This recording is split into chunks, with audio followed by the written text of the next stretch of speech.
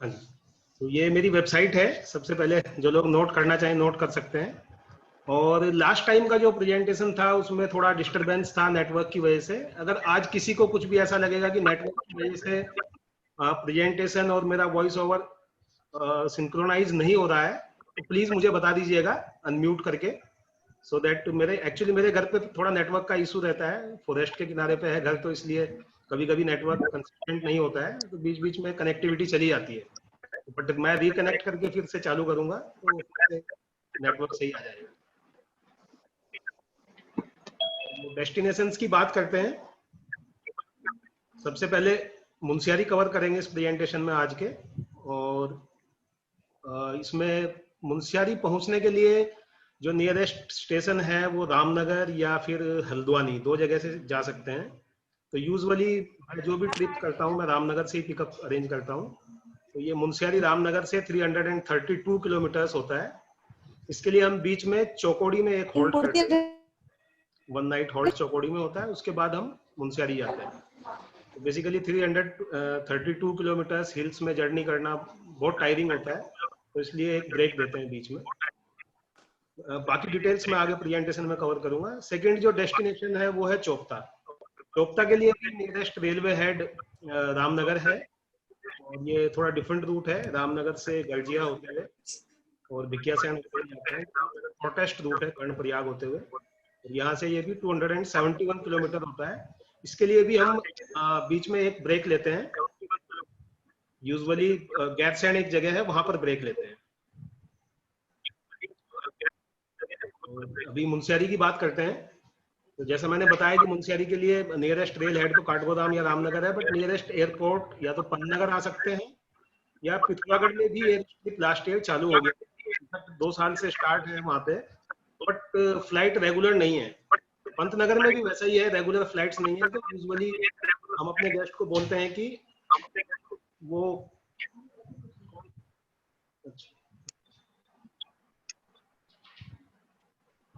Usually हम guest को बोलते हैं कि वो दिल्ली है, दिल्ली से ओवरनाइट ट्रेन लेकर आए।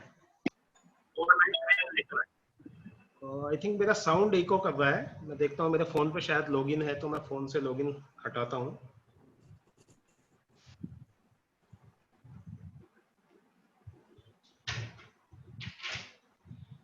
अभी शायद बेटर होगा। आप बाकी पार्टिसिपेंट्स को जरा म्यूट करने को बोलिए ना प्लीज। जिन लोगों का माइक्रोफोन अभी भी ऑन है प्लीज म्यूट कर दीजिए। उसकी वजह से भी डिस्टरबेंस आ रहा है बीच में, बाकी कॉल्स आ जा रही हैं। अभी आई थिंक मेरा वॉइस अभी क्लियर होगा।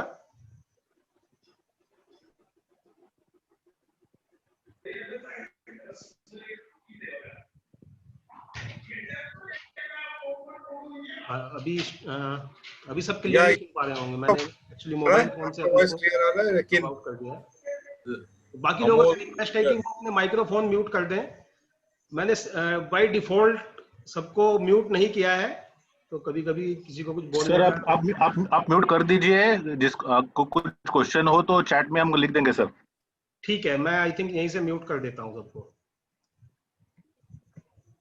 सेटिंग्स में जाना पड़ेगा मुझे, इसके लिए 2 मिनट का टाइम लगेगा।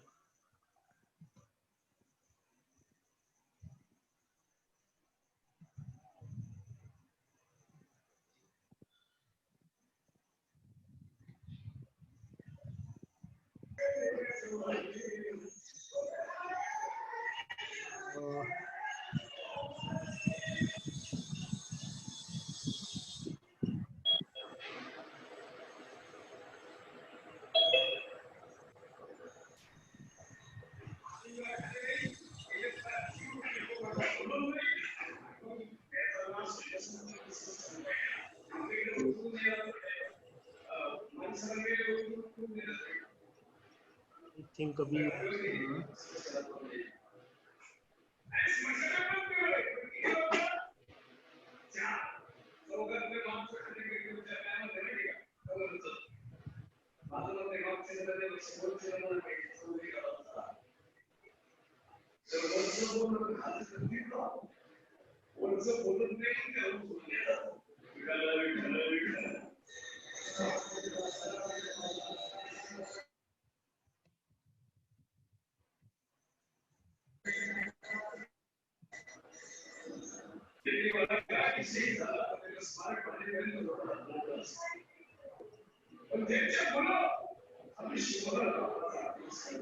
मैं अभी थोड़ा टाइम लगेगा, आई थिंक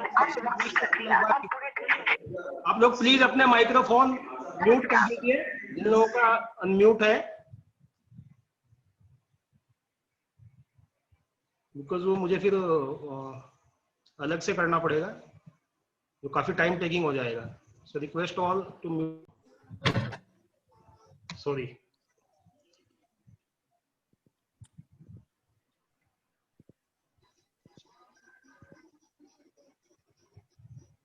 सो मुंशियारी की बात कर रहे थे, सबको आवाज आ रही है अभी? नियरेस्ट एयरपोर्ट पंतनगर या पिथौरागढ़ है और नियरेस्ट रेल हेड काठगोदाम या रामनगर है। सो यूजुअली हम लोगों से रिक्वेस्ट करते हैं कि वो दिल्ली पहुंचे और दिल्ली से ओवरनाइट ट्रेन लेके इधर रामनगर या काठगोदाम आ जाए। जब हम यहाँ से ट्रेवल करते हैं तो यूजुअली हम रास्ते में बर्डिंग करते हैं 2-3 स्पॉट्स पे और उसके बाद फिर आगे बढ़ते हैं। जो रास्ते में जो स्पॉट्स हम कवर करते हैं, जो फेमस टाउन्स हैं या सिटीज हैं, उनमें कॉर्बेट टाइगर रिजर्व है। जैसे अगर रामनगर आते हैं तो कॉर्बेट टाइगर रिजर्व का एरिया है, उसको क्रॉस करके ही हम लोग जाते हैं। उसके बाद कालाडूंगी आते हैं। कालाडूंगी में थोड़ा बर्डिंग करते हैं, जो मैंने पिछले प्रेजेंटेशन में बर्ड्स कुछ कवर की थी कालाडूंगी की। उसके बाद नैनीताल होते हुए अगर काठगोदाम आते हैं तो भीमताल होते हुए जाते हैं और रास्ते में कैंची टेम्पल आता है। कैंची टेम्पल पे ही बर्डिंग होती है। वहां पर एक वाटर स्ट्रीम है जिसमें डिपर और फॉकटेल्स के लिए हम एक छोटा सा स्टॉप लेते हैं। उसके बाद अल्मोड़ा या फिर कभी कभी हम जागेश्वर भी जाते हैं। अगर किसी को एक नाइट और एक्स्ट्रा स्टे करना है किसी ग्रुप को, तो जागेश्वर भी स्टे कराते हैं, वहां भी अच्छी बर्डिंग होती है। और अल्मोड़ा क्रॉस करते हुए फिर बिनसर वाइल्ड लाइफ सेंचुरी का धौलछिना नाम से एक पार्ट आता है। धौलछिना क्रॉस करते हुए हम लोग चौकोड़ी जाके स्टे करते हैं। उसमें भी 2 ऑप्शन रखता हूं मैं, या तो चौकोड़ी स्टे करते हैं या झालतोला में एक बहुत अच्छा रिजॉर्ट है मिस्टी माउंटेन्स नाम से, या वहां पर स्टे करते हैं। दोनों जगह अच्छी बर्डिंग होती है विंटर सीजन में। झालतोला में समर्स में ज्यादा बर्ड्स मिलती है विंटर के कंपैरिजन में। मैंने पिछले कुछ ग्रुप्स को स्टे कराया बट विंटर्स में उतनी अच्छी एक्टिविटी नहीं मिली हमें, तो अभी मैंने चौकोड़ी में अपना एक परमानेंट स्टे रखा हुआ है ग्रुप्स के लिए। चौकोड़ी में बहुत अच्छी बर्डिंग होती है। मुनस्यारी का जो ऑल्टीट्यूड है टाउन का वो अराउंड 2250 मीटर्स है, बट जो बर्डिंग ऑल्टीट्यूड है हमारा वो 1200 मीटर तक के एरिया में हम जाते हैं और एज हाई एज 3500 मीटर। 3500 मीटर वाला यूजुअल बर्डिंग जो करते हैं उसमें कवर नहीं करते हैं, बट क्योंकि उसके लिए ट्रैक करना पड़ता है। यूजुअल बर्डिंग में हम लोग 2700 मीटर्स तक का एरिया कवर करते हैं। ये एक एनिमेशन है 3D, तो इसमें आप देख सकते हैं कि ये खलिया टॉप का फॉरेस्ट है जहाँ खलिया लिखा हुआ है। ये बेसिकली वो 3500 मीटर वाला एरिया है जिसके लिए ट्रैक करते हैं।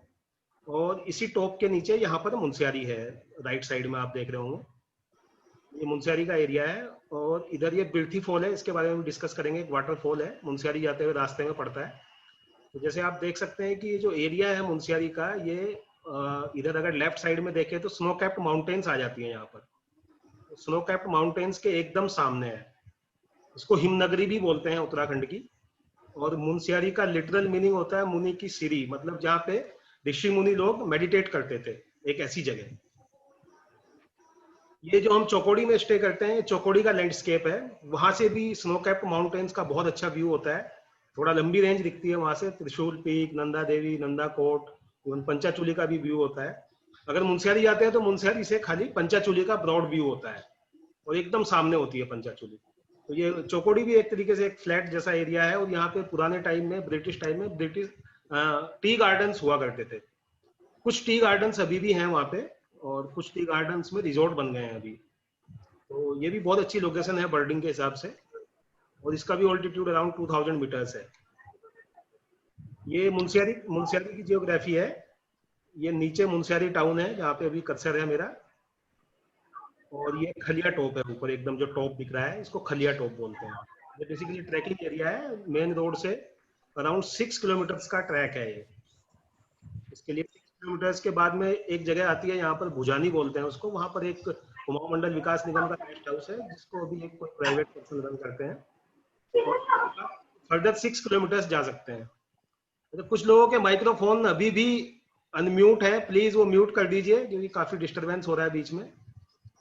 नेक्स्ट वेबिनार से मैं बाय डिफॉल्ट सबको म्यूट करके रखूंगा। अभी वो थोड़ा टाइम टेकिंग होगा मेरे लिए, एकदम से सेटिंग का पता नहीं है। तो ये बेसिकली छोटा है टाउन है मुनस्यारी, और ये यहाँ पे ट्राइबल हिस्ट्री म्यूजियम है, इसके बारे में भी हम थोड़ा डिस्कस करेंगे। नंदा देवी टेम्पल है, और ये सब हमारा जो ऊपर का जो फॉरेस्ट एरिया दिख रहा है ये बर्डिंग एरिया है। इसमें अगर यहाँ पे मेरा कर्सर आपको दिख रहा है, यहाँ पर एक जगह है कालामुनी टॉप बोलते हैं उसको, ये 2700 मीटर्स पे है ये एरिया। यहाँ तक हम बर्डिंग करते हैं। ये बेसिकली एक पास जैसा है, इसको क्रॉस करके हम इधर मुनस्यारी की तरफ आ जाते हैं, और दूसरी तरफ जाएंगे तो उधर भी लोअर ऑल्टीट्यूड का एरिया है।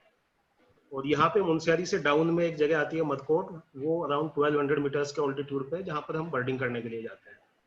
तो ऑल्टीट्यूड रेंज ज्यादा होने की वजह से यहाँ पे बर्ड्स की डाइवर्सिटी बहुत अच्छी है, नंबर ऑफ स्पीसीज काफी ज्यादा मिलते हैं।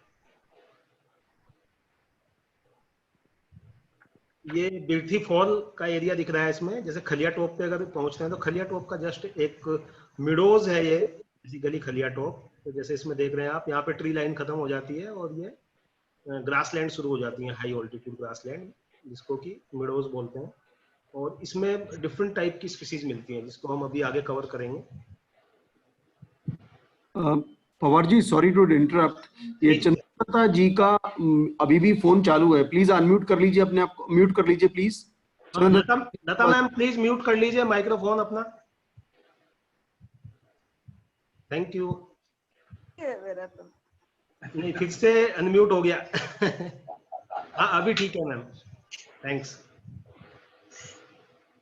जब हम मुनस्यारी जाते हैं, ये एक बहुत इंटरेस्टिंग सा टेम्पल है। तो कभी कभी मैं अपने गेस्ट को लेके जाता हूँ, थोड़ा सा ऑफ द रोड जाना पड़ता है, 6 किलोमीटर्स करीब। थल नाम से एक जगह आती है, थल के पास में ये जगह है, वहां से 6 किलोमीटर्स पे एक विलेज है, उसके पास में ये टेम्पल है। तो जैसे आप इसका टाइटल भी देख रहे हैं, एक हथिया टेम्पल, मतलब एक हाथ से बनाया हुआ टेम्पल। और ये जो लेफ्ट में एक रॉक दिख रही है, इसी रॉक को काट के ये टेम्पल बनाया गया है। तो इसके बारे में वहाँ एक कहानी है, छोटा सा किस्सा मैं आपको सुनाता हूँ। कि जिस गांव में टेम्पल बना हुआ है, उस गांव में कोई कारीगर था जो मूर्ति और मंदिर बनाने का काम करता था। तो किसी एक्सीडेंट में उसका एक हाथ कट गया, बट उसकी जो इच्छा थी अंदर से मूर्ति बनाने की, वो फिर भी लगा रहता था। लोग उसका मजाक उड़ाते थे कि अब एक हाथ से कुछ नहीं कर पाएगा। तो एक रात वो गुस्से में गांव के एक साइड में गया, साउथ साइड बोलते हैं विलेज का इसको, और वहां पे जाके ये रॉक काट के उसने ये टेम्पल एक रात में तैयार किया। जब सुबह लोग उस तरफ गए जंगल की तरफ, क्योंकि ओपन में लोग मॉर्निंग में जाते थे, पहले टॉयलेट वगैरह थी नहीं, तो उन्होंने देखा कि यहाँ पे एक बहुत सुंदर सा टेम्पल बना हुआ है, उसके अंदर शिवलिंग बना हुआ था टेम्पल के अंदर। तो लोगों को डाउट हुआ, पूरा गांव वहां पहुंच गया, लेकिन वो जो एक हाथ कटा हुआ जो कारीगर था वो नहीं आया। तो तब लोगों को लगा कि ये शायद उसी का बनाया हुआ टेम्पल है, और वो गांव छोड़ के जा चुका था टेम्पल बना के। बट इसमें क्या हुआ कि उसने रात के टाइम ये टेम्पल बनाया, तो इसके अंदर जो शिवलिंग है उसकी जो डायरेक्शन है वो अपोजिट डायरेक्शन में बना हुआ शिवलिंग है जो लिखते हैं, इसलिए उसकी पूजा नहीं होती है। तो ये टेम्पल अबेंडेंड है, इसको खाली लोग आर्किटेक्चर के लिए और इसकी स्टोरी के लिए देखने जाते हैं, बट यहाँ पे पूजा पाठ नहीं होती है। रास्ते में ये बहुत ब्यूटीफुल सा वाटरफॉल आता है, मुनस्यारी से करीब 35 किलोमीटर्स पहले है, बिरथी फॉल बोलते हैं इसको। और ये 125 मीटर्स का फॉल है पानी का, पेरिनियल वाटरफॉल है, राउंड द ईयर पानी रहता है, और रोड से थोड़ा ट्रैक करके जाना पड़ता है वाटरफॉल के बेस पे जाने के लिए। और यहाँ पे भी कुछ बर्ड की स्पीसीज मिलती हैं, तो यहाँ भी हम लोग एक स्टॉप लेते हैं यूजुअली बिरथी फॉल के पास में। ये एक व्यू है जो झालपोला मैंने बताया था, मिस्टी माउंटेन नाम से एक रिजोर्ट है, वहां से इस तरीके का वाइड व्यू है स्नो कैप्ड माउंटेन्स का। इसमें ये नंदा देवी है, इधर त्रिशूल है, नंदा कोट है, राइट में जाएंगे तो पंचाचूली है। ये भी वहीं से व्यू है, उसी एरिया से। और ये वहां से स्टार्ट रेल है, तो इसमें अगर आप बेस में देखेंगे, स्टार्ट रेल पे हम कभी बाद में टेक्निकल सेशन कवर करेंगे। ये पूरा स्नो कैप माउंटेन्स को मैंने बेस बना के लिया हुआ है इसको। और यहाँ पे एक छोटा टाउन भी दिख रहा है, ये वहीं से है झालपोला से। जब मुनस्यारी जाते हैं तो इस तरीके का कुछ व्यू देखने को मिलता है। ये मोबाइल का शॉट है, स्नोफॉल के बाद का है, मतलब उस टाइम पे स्नोफॉल हुआ था बट रोड क्लियर हो गई थी, जैसे इसमें आप स्नो देख सकते हैं। तो एक पर्टिकुलर पॉइंट पे जाके हमें शॉट लेना पड़ता है ये। और ये पंचाचूली पीक्स हैं, पंचाचूली के बहुत अच्छे व्यूज वहां से देखने को मिलते हैं। तो मैंने काफी सारे फोटोज इसमें शेयर किए हैं आप लोगों के साथ में। ये भी होटल से, मतलब अलग अलग एंगल से अलग अलग डायरेक्शन में आप ले सकते हैं।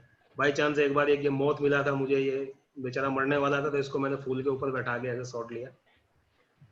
ये मॉर्निंग लाइट पंचाचूली के ऊपर, ये आप देख रहे हैं पंचाचूली सेकंड है ये एक्चुअली, ये फर्स्ट है लेफ्ट में, इसका ऑल्टीट्यूड कम है और सेकंड का ऑल्टीट्यूड हाईएस्ट है इसमें, 6900 मीटर्स के आसपास इसका ऑल्टीट्यूड है और ये बाकी 3 पीक यहाँ पर हैं। तो इसको पंचाचूली, ये भी पांडवों से एसोसिएटेड बोलते हैं लोग इसको, कि पांडव जब स्वर्ग गए थे तो उन्होंने अपने 5 चूल्हे यहाँ पे जलाए थे, इसलिए पंचाचूली बोलते थे पहले, फिर बाद में नाम चेंज होते होते पंचाचूली हो गया। तो आज की जो दोनों डेस्टिनेशंस हैं उनका एसोसिएशन कहीं ना कहीं पांडवों से। ये इवनिंग व्यू है पंचाचूली के ऊपर, सनसेट का व्यू, ये भी सनसेट है और ये खलिया टॉप से है ये वाला व्यू। ये मैं और मेरी वाइफ खलिया टॉप पे, जो मैंने बताया था गेस्ट हाउस है कुमाऊं मंडल विकास निगम का, वहां पे इवनिंग में आग सेकते हुए, और उसके सामने ही पंचाचूली पीक्स है। कुछ लोगों के माइक्रोफोन शायद अभी भी ऑन है। रस्तोगी सर आपका भी माइक्रोफोन शायद ऑन है, इसको आप म्यूट कर दीजिए। म्यूट है, म्यूट है। नहीं आपकी आवाज आ रही है इसलिए म्यूट नहीं, अब म्यूट हुआ है। Thank you.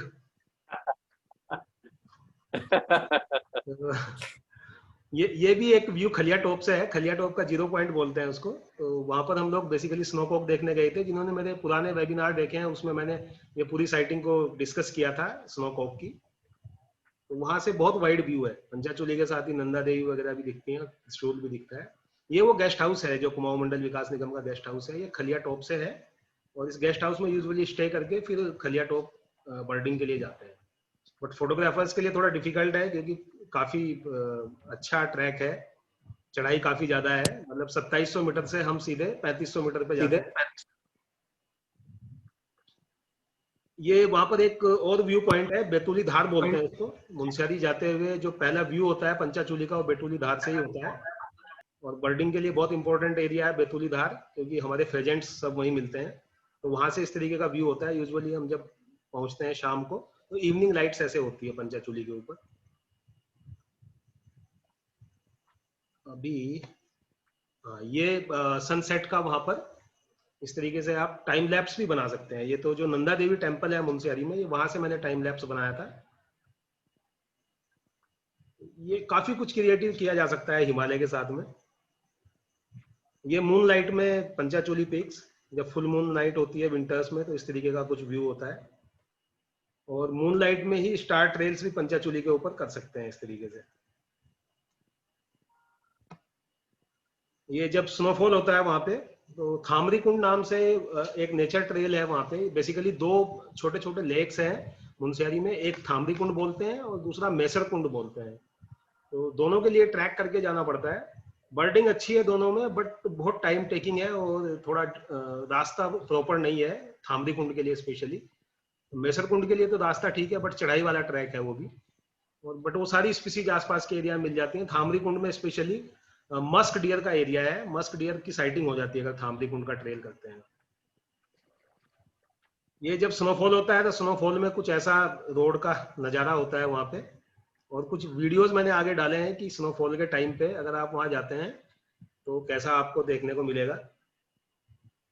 ये बाय चांस फ्रेश स्नोफॉल हो रहा था तो इसलिए हमारी गाड़ी जा रही है और हम डाउन हिल थे, तो डाउन हिल जाने में प्रॉब्लम नहीं होती है स्नो में। अगर अप हिल आते हैं तो गाड़ी स्किड होती है, फिर पॉसिबल नहीं है स्नो पे ड्राइव करना, और वो भी जब बर्फ पुरानी हो जाती है। ये तो फ्रेश स्नोफॉल में इजीली ड्राइव हो जाता है। वहाँ पे एक ऑल्टरनेट रूट है मदकोट होते हुए, जिससे हम मुनस्यारी आना जाना करते हैं इन केस अगर हैवी स्नोफॉल से रास्ता बंद हो जाता है। वो स्नोफॉल का वीडियो था, ये स्नोफॉल के बाद का है।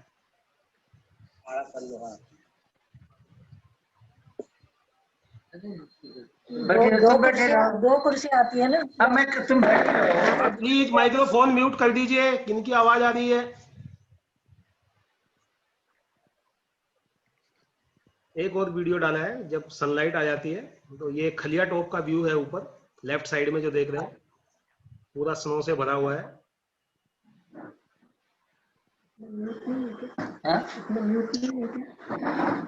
म्यूट है कि नहीं, अपनी आवाज नहीं देनी। ये मैम अभी भी आवाज आ रही है 2-3 लोगों की, प्लीज म्यूट कर दीजिए। ये बड़ा इशू हो गया आज। अगली बार सेटिंग्स में वो करना पड़ेगा। अच्छा ये मुनस्यारी का व्यू स्नोफॉल के बाद, ये मुनस्यारी से डाउन जाने पे फोटो लिया गया है। मुनस्यारी जो टाउन है वो पूरा यहाँ पर कहीं पर है, और ये ऊपर जो क्लाउड्स दिख रहे हैं ये खलिया टॉप के ऊपर है। तो ये नंदा देवी टेम्पल वाला एरिया है जहाँ से ये फोटो लिया गया है। स्नो के बाद ये हमारी गाड़ी पे भी इतना स्नो जम गया था तो उसको भी बाहर निकल के साफ किया। पंचाचूली पीक्स ऐसी दिखती हैं। ये होटल की पार्किंग है हमारे, तो बर्फ ऐसे जम गया था तो बाय चांस। सॉरी सर, एक मिनट रुकिए। जी पराग घाटे साहब, आपका फोन चालू है, प्लीज म्यूट कर लीजिए।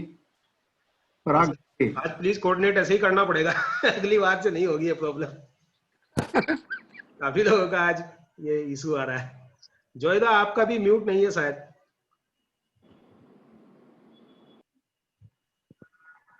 ये मॉर्निंग में स्नोफॉल के बाद। हेलो जोयदा आपका हेलो। म्यूट नहीं है। अच्छा मैं 1 मिनट कर रहा हूँ। हाँ हाँ हाँ, हो गया, थैंक यू। ये स्नो में फोटोग्राफी बहुत अच्छी होती है स्नो में, बट बर्ड्स कम दिखती हैं जब स्नोफॉल हो जाता है।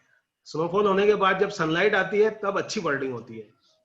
तो ये कुछ ग्रुप्स के फोटो डाले हैं मेमोरीज के लिए। मैंने बहुत सारे ग्रुप्स में मुनस्यारी के करता हूँ, साल में कम से कम 5 या 6 ग्रुप मेरे होते हैं, और 2014 से कंटिन्यूअस कर रहा हूँ। तो ये सब जाने पहचाने चेहरे हैं। ये अल्पाइन थ्रश के लिए सब खड़े हैं। Jaya Sam Kutty ma'am, Kintu Dhawan sir, Chaula Patel, brigadier Goyal, Sajan, Prashant. ये मेरा लास्ट ग्रुप था लॉकडाउन से जस्ट पहले इस साल का, तो मुंबई से। ये जो 1200 मीटर वाला एरिया जो मैं बता रहा था, ये वहां पर एक रिवर है गौरी गंगा नाम से, तो इसमें हम वॉल क्रीपर देखने के लिए जाते हैं। Wall creeper and blue rock thrust, ये वहां के शॉट्स हैं।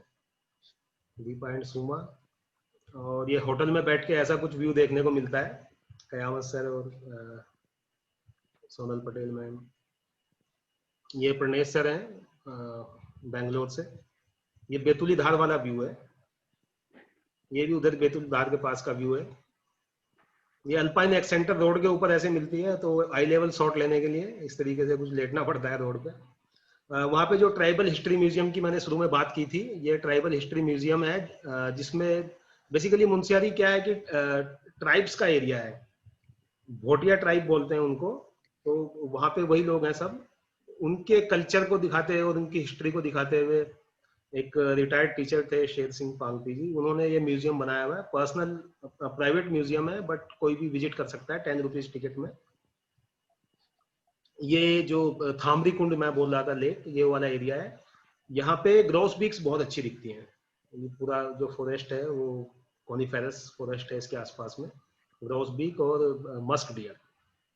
ये एक हॉट वाटर स्प्रिंग है, मदकोट में है, जो 1200 मीटर ऑल्टीट्यूड पे है गौरी गंगा रिवर के किनारे। तो ये सल्फर का पानी है। ये एक फेमस टूरिस्ट स्पॉट है। तो अब बर्ड्स पे आते हैं। आधा घंटा हमारा साइट सीइंग पे गया। तो अभी बर्ड्स की बात करें तो जो सबसे इंपॉर्टेंट बर्ड है मुनस्यारी की मेरे पॉइंट ऑफ व्यू से, वो चीर फेजेंट है।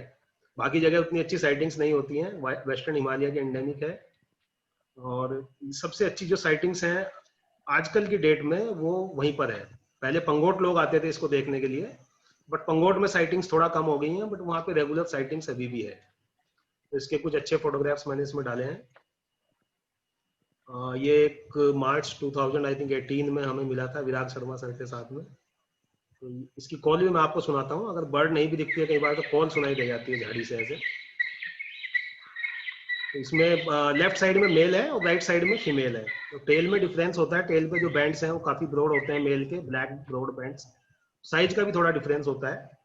और ये जो आंख के चारों तरफ की पेरी ऑर्बिटल स्किन बोलते हैं, ये इसकी काफी ब्राइट और वाइड होती है मेल की। फीमेल की थोड़ा छोटी होती है।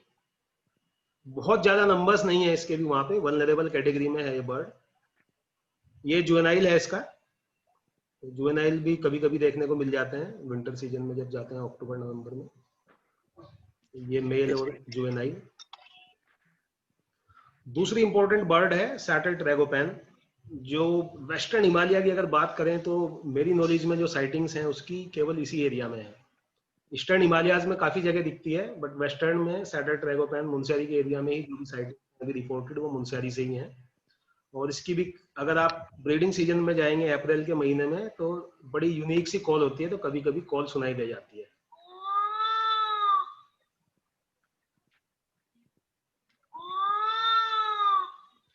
मेल मुझे एक ही बार अच्छी साइटिंग हुई है, वही बेतुली धार पे, नवल आहूजा सर थे मेरे साथ में, हम दो लोगों को ये साइटिंग हुई थी। ये फीमेल है, फीमेल मुझे जैनी के साथ में फर्स्ट टाइम वहां पे साइटिंग हुई थी और 6 फीमेल का फ्लॉक हमें दिखा था। ये स्नो कॉक की जो मैंने बात की थी, Himalayan snow cock. Sir sorry to interrupt, tear fusion दिख रहा है अभी भी। अच्छा, ओ सॉरी, कुछ देखना पड़ेगा नेटवर्क का।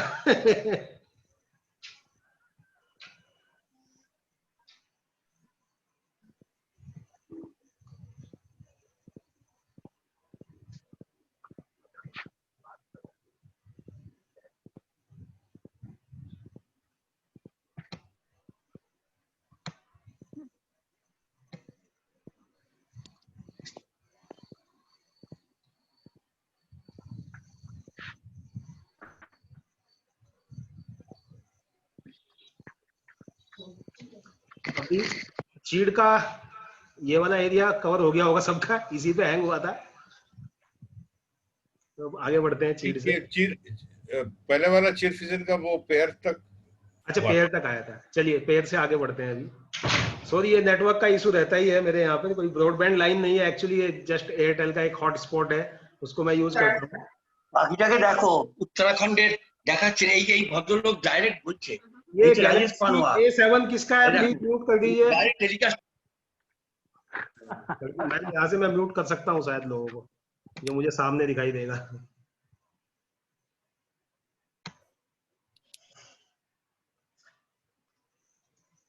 तो ये चीड़ फेजेंट का जुवेनाइल है, आई थिंक अभी स्मूथ चल रहा होगा। ये मेल एंड जुवेनाइल, और ये सैटर ट्रैगोपैन है।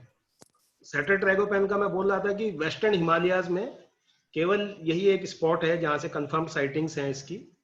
बाकी जगह पे मैंने तो नहीं देखा है, बट बाकी जगह से रिपोर्ट्स भी मैंने नहीं सुनी है। और ईस्टर्न हिमालयाज में काफी जगह पे दिखता है।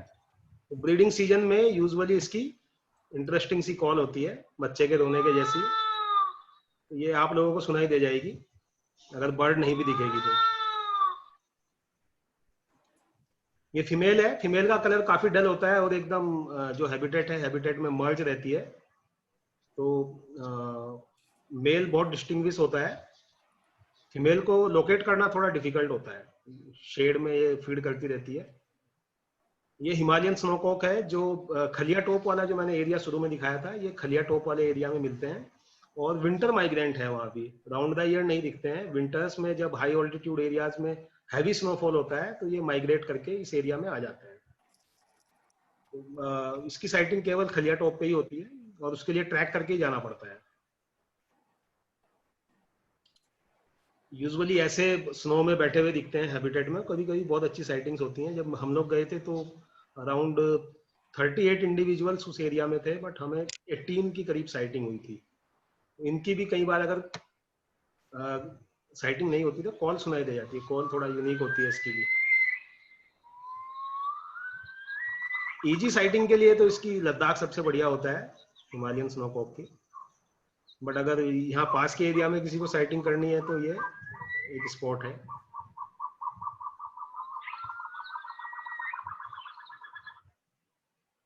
इसी एरिया में, खलिया टॉप के एरिया में, स्नो पार्ट्रिज की साइटिंग भी होती है। सबसे ज्यादा फोटोग्राफ स्नो पार्ट्रिज के जो आते हैं उत्तराखंड से, वो चोपता से आते हैं विंटर सीजन में ही, और ये वहां भी विंटर सीजन में ही आता है। यहाँ पर कम लोग जाते हैं मुनस्यारी में ये वाला ट्रैक करके। यूजुअली लोग तुंगनाथ वाले ट्रैक से इसके फोटोग्राफी करते हैं। ये भी स्नो पार्ट्रिज है, ये भी मर्ज रहते हैं एकदम हैबिटेट के साथ में। ये मोनाल का मेरा फेवरेट शॉट है स्नो के ऊपर। ये भी मार्च 2018 का फोटोग्राफ है। स्नोफॉल हुआ था तो उसके बाद मोनाल हमें मॉर्निंग टाइम में ऐसे चलते हुए मिला था स्नो के ऊपर। और इस फोटो को जब मैंने पोस्ट किया तो काफी कंट्रोवर्सी हुई थी, लोगों ने बोला था फोटोशॉप किया हुआ है, बट मैंने बाय चांस इसका वीडियो ही बनाया हुआ है। प्रेजेंटेशन के लास्ट में एक 5 मिनट का वीडियो है, सारी बर्ड्स के क्लिप्स हैं, वीडियो क्लिप्स, तो उसमें मैंने कवर किया है। तो मोनाल भी इजिली दिखता है वहां पे। बट जो अच्छे कंपोजिशन मिलते हैं वो चोपता में मिलते हैं अप्रैल सीजन में, जब वहां पे रोडोडेंड्रोन की फ्लावरिंग होती है। तो चोपता वाले पार्ट में हम उसको भी कवर करेंगे। ये सब फोटोग्राफ यहाँ से हैं। कोकलास फेजेंट भी यहाँ पे मिलता है। तो फेजेंट्स के हिसाब से जो इंपॉर्टेंट फेजेंट्स हैं वेस्टर्न हिमालयाज के, वो ऑलमोस्ट सारे मुनस्यारी में कवर हो जाते हैं। कोकलाज के बारे में एक इंटरेस्टिंग स्टोरी है नेपाल से, पहले इसकी कॉल सुनिए आप। जब ये कॉल करता है तो ये बोलता है कता लुकायो, तो इसी के ऊपर में वहां पर स्टोरी है। नेपाल में लोग बोलते हैं कि वहां पर एक कोई कंजूस था जिसके पास बहुत पैसा था, तो वो लोगों को रेंट मनी देता था, मतलब इंटरेस्ट पे पैसा देता था और बहुत हाई इंटरेस्ट चार्ज करता था लोगों से। उसके पास इतना पैसा हो गया उस इंटरेस्ट से कि उसको समझ नहीं आया कि इतने पैसे को कहाँ रखूं। तो वो उस पैसे को जंगल में कहीं पे दबा के आ गया मिट्टी के अंदर। ये देख के लोग बोलते हैं कि इंद्रदेव जो है गुस्सा हो गए कि इसके बाद इतना पैसा है और ये ऐसे ही जंगल में दबा के आ गया। उन्होंने इतनी बारिश की उस एरिया में कि वहां पे लैंडस्लाइड होके वो पूरा लैंडस्केप ही चेंज हो गया वहां का। अगले दिन जब वो जंगल में गया तो वो पहचान ही नहीं पाया कि उसने पैसा कहाँ दबाया था। तो वो नेपाली में बोलने लगा कता लुकायो, मीन्स कि मेरा पैसा कहाँ छिपा है, कहाँ छिपा है बोलते हैं इस वर्ड को। और ये बोलते बोलते ही उसकी डेथ हो गई उसी गम में। तो उसके बाद लोगों ने उसकी बॉडी को जंगल में ऐसे ही छोड़ दिया।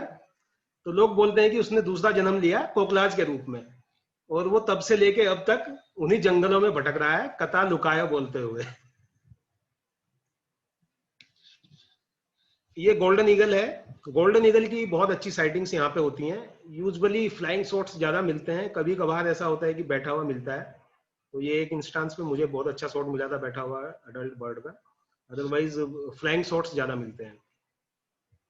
और कभी कभी ऐसा भी मिल जाता है स्टोरी कि एक घोड़ल खड़ा हुआ था एक रिज के ऊपर और ये गोल्डन ईगल भी वहां फ्लाई कर रहा था। तो हमें लगा कि कुछ दोनों का आपस में पंगा होगा, बट ज्यादा कुछ हुआ नहीं। वो इसको 2-3 बार इसने चक्कर काटे घोड़ल के आसपास में, और उसके बाद ये घोड़ल वहां से चला गया। बियर्डेड वल्चर के लिए भी बहुत अच्छी लोकेशन है ये। बियर्डेड वल्चर यहाँ पे बैठे हुए मिल जाते हैं। यहाँ पर क्या है कि जो मिडोज हैं उनमें कैटल्स रहती हैं, शेफर्ड्स रहते हैं। तो जो भी भेड़ या गाय मरेगी लोग वहां पे रोड पे ही छोड़ देते हैं। तो उनको खाने के लिए हिमालयन वल्चर वहाँ काफी अच्छे नंबर्स में है। और उसके बाद जो बोन्स बचती हैं वो बोन मैरो खाने के लिए बियर्डेड वल्चर आते हैं। तो बियर्डेड वल्चर का ऐसा सीटिंग शॉट मिलना बहुत डिफिकल्ट होता है, वो भी इतना क्लोज। तो मुझे कई बार ऐसे ही बैठा हुआ बियर्डेड वल्चर वहां पे मिला अडल्ट। इसके कुछ वीडियोस भी मैंने डाले हैं। बोन खाते हुए मेरी वाइफ ने बनाया था जुवेनाइल का वीडियो, वो बाद की वीडियो क्लिप में है। फ्लाइंग में तो 100% मिलेगा वहां, कभी भी जाएंगे किसी भी सीजन में। और बट बैठा हुआ वो लक के ऊपर है पूरा। कभी कभी ऐसे 2 इंडिविजुअली फ्लाई करते हुए मिल जाते हैं। क्रो इनको चेज कर रहा था। हिमालयन वल्चर, जैसे मैंने बोला कि हिमालयन वल्चर की काफी अच्छी पॉपुलेशन है वहां पे और काफी अच्छे नंबर्स में देखने को मिलते हैं और काफी अच्छे शॉट्स मिलते हैं। एक बार हमें रोड के किनारे मिले थे ड्राइव करते करते, तो मैंने मोबाइल को स्क्रीन पे लगा के ऐसे शॉट बनाया। तो ऐसी रोड के साइड में कारकस पड़ा था, आप जैसे देख रहे हैं लेफ्ट में आप, तो ये कारकस पे सब फीड कर रहे थे। और जब गाड़ी आई तो ये सब ऊपर की तरफ चले गए। सिनेरस वल्चर विंटर माइग्रेंट है वहां पे। सिनेरस वल्चर भी देखने को मिलता है और सिनेरस के साथ में रेड हेडेड वल्चर भी वहां पे रहता है। हिमालयन बजर्ड भी एक इम्पोर्टेंट स्पीसीज है उस एरिया का। हिमालयन बजर्ड के फोटोग्राफ्स ही बहुत कम ऐसे सिटिंग मिलते हैं, यूजुअली फ्लाइंग शॉट्स ही मिलते हैं। बट कभी कभी वहां पे कालामुनी टॉप के एरिया में बैठा हुआ मिल जाता है।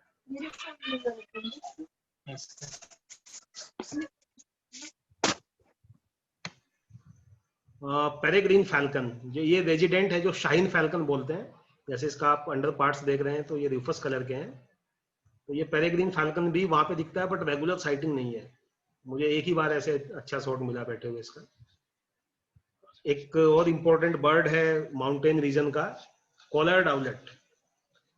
बहुत सारे फोटोग्राफर्स, मैं भी इनफैक्ट यूज करता हूँ, कॉल यूज करते हैं कॉलर्ड आउलेट की छोटी बर्ड्स को अट्रैक्ट करने के लिए या वो उसको भगाने के लिए आती हैं।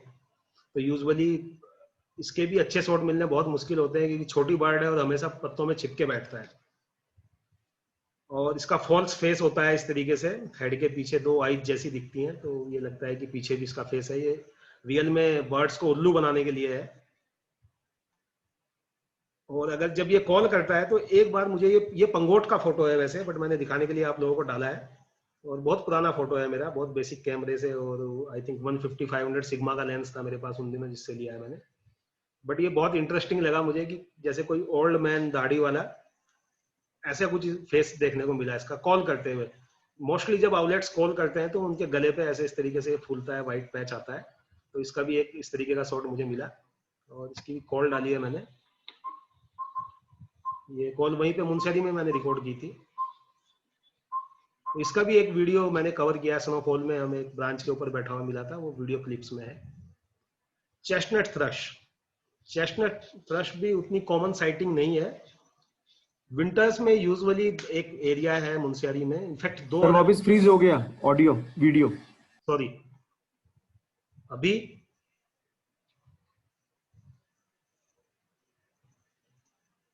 ठीक है सर? ऑलरेडी है सर, फ्रोजन है। अच्छा, फ्रोजन है अभी भी। सॉरी, अभी फिर थोड़ा 2 सेकंड नेटवर्क का वेट करना पड़ेगा।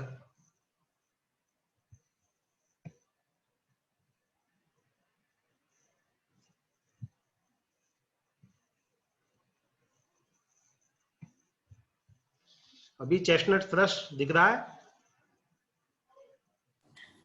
नहीं सर, नो, कॉलर आउटलेट अभी भी। कॉलर आउटलेट पे है अभी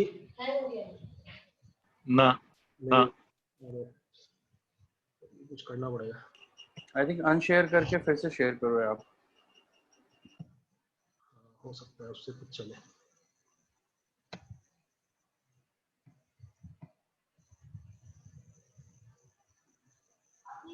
अभी आया चेस्टनट थ्रश? आई थिंक अभी ठीक है। यस यस, हाँ ठीक है ठीक है ठीक है ठीक है ठीक है सर, अभी आप म्यूट कर दीजिए। आगे बढ़ते हैं।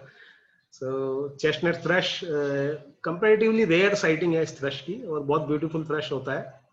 तो मुनस्यारी वाले एरिया में 2 अलग अलग पार्ट हैं जहाँ पे हम इसको देखते हैं। एकदम प्रॉपर मुनस्यारी में नहीं दिखता है, बट जो बिरथी फॉल वाला एरिया है, या जो मदकोट वाले रोड पे नंदा देवी मंदिर के आसपास वाले एरिया में, बुशीज में, या जहाँ पे घरों के आसपास में जो गोबर वगैरह होता है उस पर फीड करता हुआ मिल जाता है। और usually white collared black bird के साथ रहता है। व्हाइट कॉलर्ड रहेगी, कभी कभी चेस्टनट क्राउन लाफिंग थ्रश रहेगी फ्लॉक में, और कभी कभी ग्रेविंग ब्लैक बर्ड भी होती है साथ में। तो व्हाइट कॉलर्ड ब्लैक बर्ड भी कॉमन बर्ड है उस एरिया का, उस ऑल्टीट्यूड का। वो मेल था, ये फीमेल है। और जैसे मैंने बोला कि गोबर के आसपास ये दिखते हैं, तो गोबर के ऊपर ही बैठी हुई है वो फीमेल। थ्रशेज में ही मिसल थ्रश, ये भी कॉमन थ्रश है उस ऑल्टीट्यूड और उस फॉरेस्ट का। तो पंगोट में भी इजीली दिखता है ये। पंगोट मैंने कवर नहीं किया अपने प्रेजेंटेशंस में, क्योंकि वो स्पीसीज, काफी स्पीसीज कॉमन है पंगोट और मुनस्यारी में। तो अगर मुनस्यारी करते हैं तो पंगोट की भी सारी स्पीसीज कवर हो जाती हैं। और अभी जो भी पंगोट जाता है, सब लोग बोलते हैं कि पंगोट में कंपैरेटिवली एक्टिविटी कम है, तो हम उतना रेगुलर पंगोट अभी नहीं करते हैं। अल्पाइन थ्रश भी उसी, जैसे नाम ही अल्पाइन है, तो ऑब्वियसली उसी ऑल्टीट्यूड की बर्ड है अल्पाइन थ्रश। और वहां पर लॉन्ग टेल्ड थ्रश भी मिलता है। पहले इसको प्लेन बैक थ्रश बोलते थे, फिर वो स्प्लिट हुए कुछ, तो उसके बाद इसका नाम अल्पाइन थ्रश हो गया। लॉन्ग टेल्ड थ्रश का विंग पे विंग बार होता है। बाई चांस मेरे पास उसकी फोटो नहीं मिली मुझे कलेक्शन में, मेरे पास फोटो है बट मैं डाल नहीं पाया प्रेजेंटेशन में, तो वो भी वहां पे मिलता है। स्पॉटेड लाफिंग थ्रश, अगेन ये भी वैसी बर्ड है जैसे सैटर ट्रैगोपैन का मैंने बोला था कि ईस्टर्न हिमालयाज में ज्यादा कॉमनली दिखता है, ऐसे ही स्पॉटेड लाफिंग थ्रश भी है। स्पॉटेड लाफिंग थ्रश के 2 ही एरिया मुझे पता है यहाँ पे उत्तराखंड में। चोपता में एक पॉइंट है जहाँ पे दिखता है, बट वहां भी रेगुलर साइटिंग नहीं है। और मुनस्यारी में 2-3 स्पॉट हैं जहाँ पे रेगुलर साइटिंग है, और बहुत अच्छी साइटिंग होती है। 2-3 बर्ड एक साथ दिखती हैं। और इसकी भी कॉल बहुत इंटरेस्टिंग है। ये कॉल मैंने, ये तो डाउनलोडेड कॉल है जस्ट सुनाने के लिए आप लोगों को।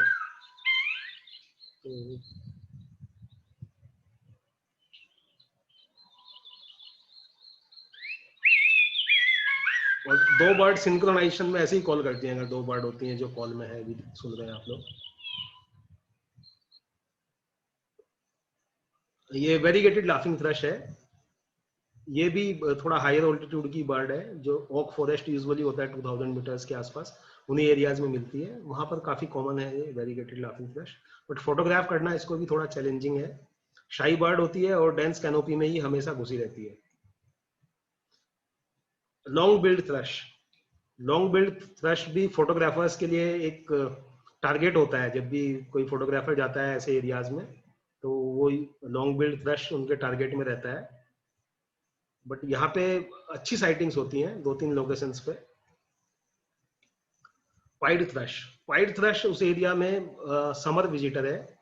समर्स में pied thrust Munsiyari, Chopta, in fact Nainital के आसपास के कुछ एरियाज हैं वहां पे, तो काफी जगह पे माउंटेन्स में आता है। और विंटर्स में ये श्रीलंका विंटरिंग करता है यूजुअली, और यहाँ पर ब्रीडिंग के लिए समर्स में आता है। वाइट थ्रश की भी अच्छी साइटिंग्स होती हैं इस एरिया में। Black throated thrust winter migrant है, हिल्स में काफी लोकेशंस पे साइटिंग होती है, उस एरिया में काफी अच्छे नंबर्स में आता है। बट और भी बाकी जगह भी दिखाई देता है काफी बढ़िया। आई होप अभी प्रेजेंटेशन सही चल रहा होगा। सो एक और इम्पोर्टेंट साइटिंग है उस एरिया की, red throated thrust. Red throated thrust की जो साइटिंग है, ये फोटो वहां का नहीं है, फोटो मैंने जस्ट यूज किया है साइटिंग बताने के लिए। मार्च के महीने में मेरा एक ग्रुप गया था तो उनको चौकोड़ी में इसकी साइटिंग हुई थी। बट एक बहुत इंपॉर्टेंट बर्ड है इस एरिया के लिए, क्योंकि इसकी भी ईस्टर्न हिमालयाज में ज्यादा साइटिंग होती है और उस एरिया में दिखती है। ये चोपता में भी साइटिंग्स हैं इसकी, लास्ट ईयर चोपता में काफी अच्छी साइटिंग्स हुई थी मंडल एरिया में। Streak breasted scimitar babbler, rusty cheeked scimitar babbler जो लोग लोअर ऑल्टीट्यूड एरिया पे आते हैं उन्होंने देखा होगा बहुत अच्छे से, बट स्ट्रीक ब्रेस्टेड थोड़ा हायर ऑल्टीट्यूड पे मिलता है। तो इसकी भी बहुत कॉमन साइटिंग्स हैं। झालतोला में जो मिस्टी माउंटेन रिजॉर्ट है उनके कैंपस के आसपास तो इतने अच्छे नंबर्स में है ये बर्ड, और मुंशियारी के थोड़ा लोअर ऑल्टीट्यूड वाले एरियाज में जहाँ पे बुशेस होती हैं उन एरियाज में कॉमनली मिल जाता है। देन स्केली ब्रेस्टेड कपविंग या स्केली ब्रेस्टेड रैन बैबलर भी बोलते हैं, तो ये विंटर माइग्रेंट है उस एरिया में और काफी अच्छे नंबर्स में ये बर्ड आती है। पूरे ही माउंटेन रीजन में काफी जगह इसकी साइटिंग्स होती हैं, बट वहाँ पे फोटोग्राफ्स बहुत अच्छे मिल जाते हैं। पिग्मी कपविंग या पिग्मी रैन बैबलर, पिग्मी के भी बहुत कम स्पॉट्स हैं वेस्टर्न हिमालयाज में, उनमें से मुंशियारी भी एक है, बट यूजुअली ये ऐसे डार्क प्लेसेस पे रहता है तो बहुत अच्छे फोटोग्राफ्स नहीं मिलते हैं। ये लो लाइट का फोटो है।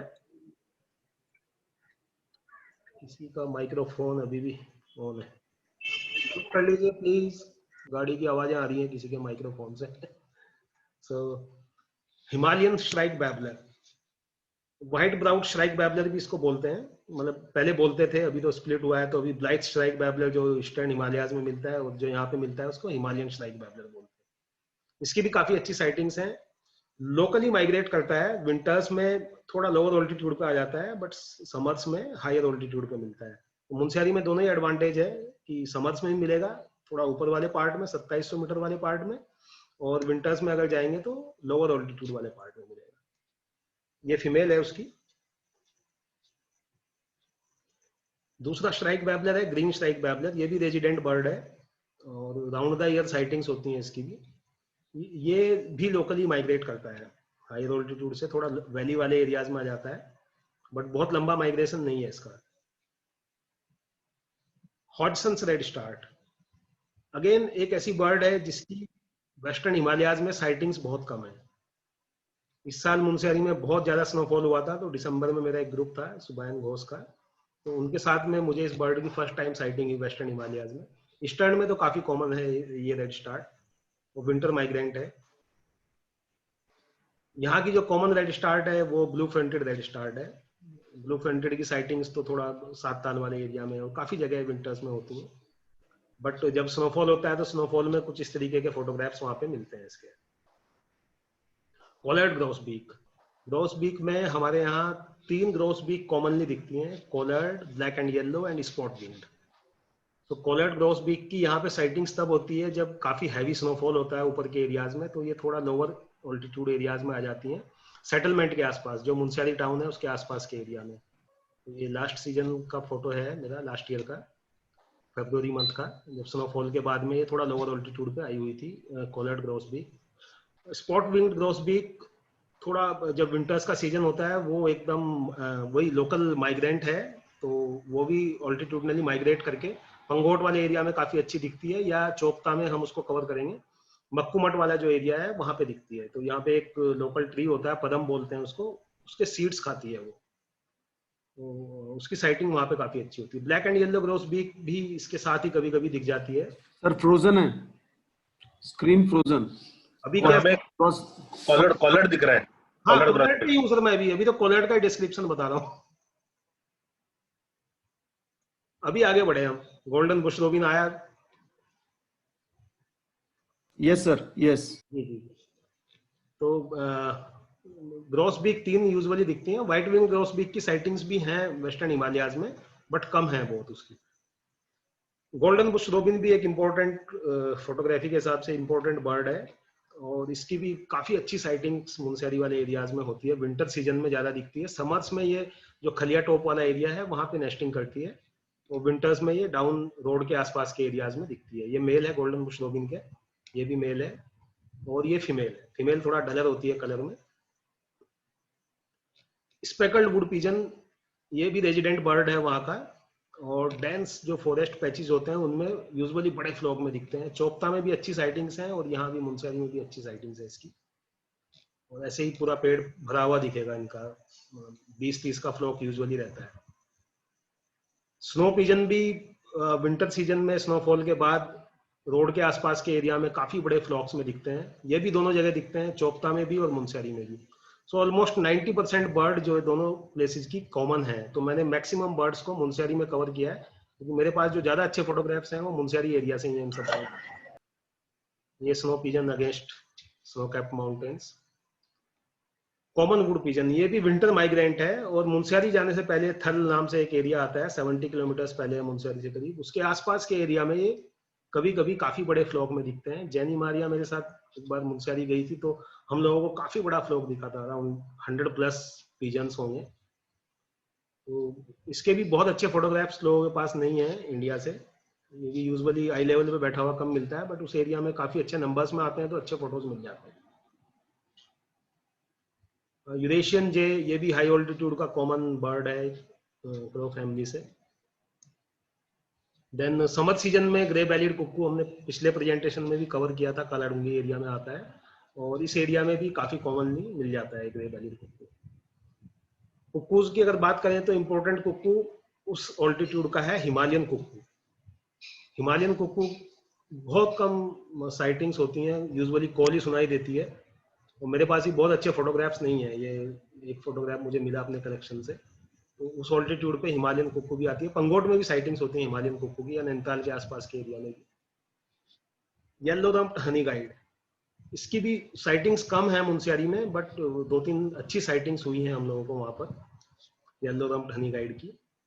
यूजुअली इसको देखने के लिए भी मेरे पास तो जो अच्छे फोटोज हैं वो भूटान से हैं, या फिर एक और पार्ट में उत्तराखंड के प्रेजेंटेशन का कवर करूंगा, वैली ऑफ फ्लावर्स का एरिया है, वहां पर भी एक स्पॉट है जहाँ पे कॉमन साइटिंग है इसकी। बहुत सारे बी हाइव्स हैं, और on the way to valley of flowers है ट्रैक रूट में। और वुडपैकर्स में हायर ऑल्टीट्यूड के जो वुडपैकर्स हैं, हिमालयन वुडपैकर उनमें से एक है। इसकी भी एक बहुत अच्छी वीडियो क्लिप मैंने वीडियो में कवर की है। इसके लिए वैलिड वुडपैकर भी उनमें से ही एक है, उस ऑल्टीट्यूड की बर्ड्स में से। ये मेल है, फीमेल के हेड पे जिसके जो रेड है वो ग्रे होता है। देन रिफस वैलिड वुडपैकर, जैसे देख रहे हैं कि बेली रिफस कलर की है, और ये मेल है। मेल का पूरा क्राउन और हेड जो है रेड होता है, और फीमेल का ग्रे होता है। तो इसके भी अच्छे फोटोग्राफ्स मिलते हैं, इवन यहाँ नैनीताल और पंगोट के एरिया में भी इसकी अच्छी साइटिंग्स होती है। मरून ओरियोल, ये भी काफी डाइवर्सिफाइड हैबिटेट में मिलता है ये बर्ड, और अलग अलग ऑल्टीट्यूड पे इसकी साइटिंग्स होती हैं। विंटर सीजन में तो ये 600 मीटर तक के ऑल्टीट्यूड पे आ जाता है, और समर सीजन में हायर ऑल्टीट्यूड वाले एरियाज में इसकी अच्छी साइटिंग्स होती है।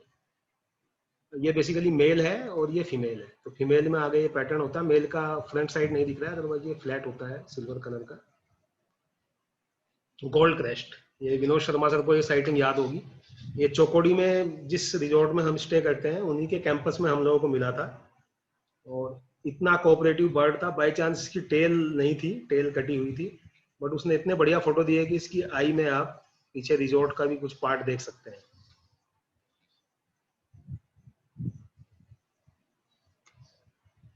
चेस्टनट हेडेड टेसिया, ये भी एक बहुत कलरफुल स्पीसीज है, बट स्कलकर है, हमेशा बुशेज में घूमती रहती है अंदर।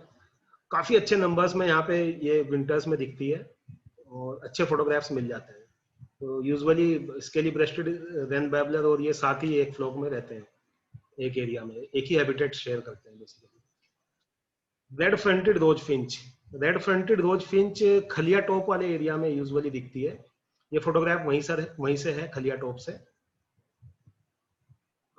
मुझे खाली फीमेल की साइटिंग यहाँ पर हुई है, बट मेल भी काफी लोगों ने वहां पर देखा हुआ है। लोअर ऑल्टीट्यूड पे बहुत कम आती है, उसी ऑल्टीट्यूड पे विंटर सीजन में दिखती है। कुछ पुराने रिकॉर्ड्स वहां से शायद वाइनेशियस रोज फिंच के भी हैं, मुझे साइटिंग नहीं हुई है अभी तक, मेरे लिए तो अभी भी लाइफर है, बट मुंशियारी एरिया से उसके भी रिकॉर्ड है, शायद एक ही रिकॉर्ड है। ब्यूटीफुल रोज फिंच की भी काफी कॉमन साइटिंग्स हैं विंटर सीजन में। सबसे ज्यादा साइटिंग्स इसकी हिमाचल का चितकुल एरिया है, वहां पर होती हैं। उसके बाद मैंने मुंशियारी में काफी अच्छी साइटिंग्स इनकी मुझे हुई है इस साल। वो मेल था, ये फीमेल है ब्यूटीफुल रोज फिंच की। रोज फिंच में स्पॉट विंग्ड रोज फिंच भी एक इम्पोर्टेंट स्पीसीज है जो हायर ऑल्टीट्यूड वाले एरियाज में मिलती है, और वहां पर एक दो स्पॉट्स हैं जहाँ पे कंफर्म साइटिंग्स हैं इस बर्ड की। विंग्स पे जैसे आप देख रहे हैं कि ये वाइट स्पॉट्स हैं, इसलिए स्पॉट विंग्ड बोलते हैं इसको। ये फीमेल है इसी की। पिंक ब्राउड रोज फिंच, ये सब जो फिंचेस हैं जितनी भी, ये विंटर सीजन में ही इनकी ज्यादा अच्छी साइटिंग है। नवंबर से लेके और मार्च तक का जो मंथ होते हैं, 5 महीने करीब, उस टाइम पे लोअर ऑल्टीट्यूड वाले एरियाज में आ जाती हैं, तो बहुत अच्छी साइटिंग्स इनकी होती है। ये डार्क ब्रेस्टेड रोज फिंच है उसी एरिया से। कॉमन रोज फिंच भी दिखती है, और ये चेरी ब्लॉसम जब होता है तब की फोटोग्राफ है। तो ये थोड़ा सा लोअर ऑल्टीट्यूड पे मिलती है, जो मथकोट वाला एरिया है वहां पर। और चेरी ब्लॉसम की मैंने एक और फोटो डाली है, हिमालयन बुलबुल की। कॉमन बर्ड है, बट चेरी ब्लॉसम के ऊपर वो सुंदर लग रही थी, तो इसलिए मैंने इसको भी इंक्लूड कर दिया प्रेजेंटेशन में। देन ब्लैक थ्रोटेड एक्सेंटर, 4 एक्सेंटर्स यहाँ पे मिलती हैं। उनमें से ये सबसे रेयर है अगर बात करें उत्तराखंड में मिलने वाली एक्सेंटर्स में। वहां पर काफी अच्छे नंबर्स में आती है, एक वीडियो क्लिप भी इसका इंक्लूड किया हुआ है क्लिप में, और कंफर्म साइटिंग है विंटर सीजन में। रिफस ब्रेस्टेड एक्सेंटर, ये कॉमन एक्सेंटर है जो माइग्रेट करके विंटर्स में लोअर ऑल्टीट्यूड एरियाज में भी आती है। साताल के एरिया में भी काफी अच्छी साइटिंग होती है। एल्टाई एक्सेंटर पंगोट में भी अच्छी साइटिंग होती है, बड़े फ्लॉक दिखते हैं। चोपता में जब तुंगनाथ का ट्रैक करते हैं वहां पर दिखते हैं, विंटर माइग्रेंट है, बट ये भी बहुत कलरफुल स्पीसीज है। अल्पाइन एक्सेंटर रेजिडेंट स्पीसीज है, राउंड द ईयर साइटिंग्स होती हैं। और जो मैंने पहले एक फोटो शेयर किया था, सब लोग रोड पे लेटे हुए हैं, तो यही वाला फोटोग्राफ ले रहे थे उस टाइम पे। हिमालयन गोल्ड फिंच या यूरोपियन गोल्ड फिंच भी बोलते हैं, ये भी वहां पर राउंड द ईयर साइटिंग होती हैं।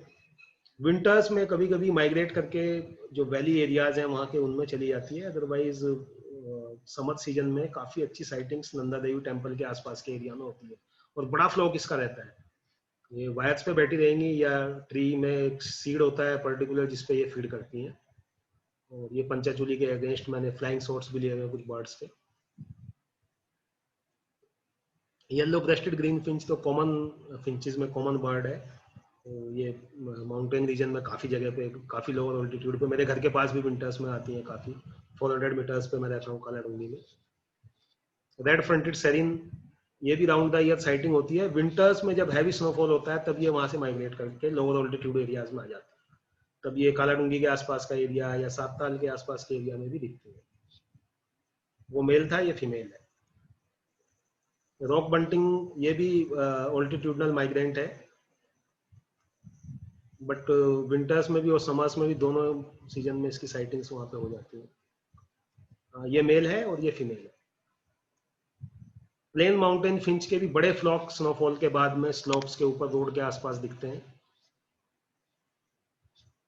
स्पेक्टिकल्ड फिंच, ये भी वेस्टर्न हिमालय की एंडेमिक बर्ड है। मुंशियारी में इस साल कई साइटिंग्स हुई हैं। तो ये फोटो मेरी वाइफ ने लिया था, ये बाय चांस फोटो वहां का नहीं है, ये शीतला खेत का है। शीतला खेत में 3 साल पहले काफी अच्छे नंबर्स में एक फ्लॉक आया था इस बर्ड का, बट साइटिंग्स क्योंकि मुंशियारी से रिपोर्टेड है और जब स्नोफॉल होता है तो काफी साइटिंग होती है, इसलिए मैंने इस बर्ड को नाम दिया। Then white browed fulvetta, white browed fulvetta microphone से ऑन हुआ। शिल्पा का फुल बेटा है। प्लीज म्यूट कर लीजिए, किसी की आवाज आ रही है। व्हाइट ब्राउन फुलवट्टा उतनी कॉमन बर्ड नहीं है, बट अच्छी साइटिंग्स होती हैं इस एरिया में। Himalayan blue tail, another colourful bird photographers के पॉइंट ऑफ व्यू से। मेल और फीमेल दोनों दिखते हैं। ये भी ऑल्टीट्यूडनली माइग्रेट करता है, विंटर सीजन में 7 ताल के एरिया तक आता है। वो मेल था, ये फीमेल है। ब्लू टेल क्लियर दिख रहा है इसमें। अब वॉबलर्स की बात करते हैं, जो छोटी बर्ड्स हैं उसमें ग्रे साइडेड बुश वॉबलर एक इंपॉर्टेंट स्पीसीज है। ग्रे साइडेड बुश वॉबलर भी ऑल्टीट्यूडनल माइग्रेंट है, बट मुनस्यारी में दोनों सीजन में दिखता है, समर्स में भी दिख जाता है और विंटर्स में भी दिख जाता है। एबरेंट बुश वॉबलर, इसकी भी काफी कॉमन साइटिंग्स हैं, एबरेंट बुश वॉबलर की भी। बुश वॉबलर्स में कॉल आइडेंटिफाई करना आना चाहिए, तो आप बर्ड को इजीली देख सकते हैं, क्योंकि वो सभी वॉबलर्स की कॉल में थोड़ा थोड़ा डिफरेंस होता है। बट अगर कॉल का पता है तो उस एरिया में आप वेट करके इजीली अच्छे फोटोग्राफ कर सकते हैं। ये ब्राउन फ्लैंक्ड बुश वॉबलर या ब्राउन फ्लैंक्ड बुश वॉबलर बोलते हैं, वो है। एशी थ्रोटेड वॉबलर है। जैसा मैंने पिछले प्रेजेंटेशन में बताया था कि वॉबलर्स समर सीजन में उसी ऑल्टीट्यूड पे ब्रीड करते हैं, तो यहाँ पे काफी सारे वॉबलर्स की साइटिंग होती है। कुछ मैंने इसमें इंक्लूड किए हैं, जैसे एशी थ्रोटेड वॉबलर है, लेमन रम्ट है, देन बब बार्ड है, विस्लर्स वॉबलर है, देन ब्लैक फेस्ट वॉबलर है। तो ये सब तो मैंने इसमें कवर किए हैं। इसके अलावा भी जो बाकी वॉबलर्स हैं, ग्रे हुडेड वॉबलर कॉमनली दिखता है, लार्ज बिल्ड लीफ वॉबलर है, वो भी समर सीजन में वहां पे साइटिंग्स होती हैं।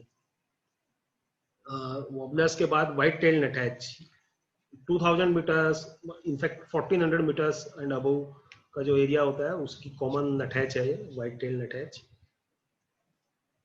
कभी कभी ऐसे कॉम्पोजिशन मिल जाते हैं मून के against white tail nuthatch. Wall creeper, so photos और भी थे मेरे पास में, इसके काफी अच्छे फोटोज थे, बट क्योंकि वॉल क्रीपर नाम है तो ये वॉल के ऊपर मिला था।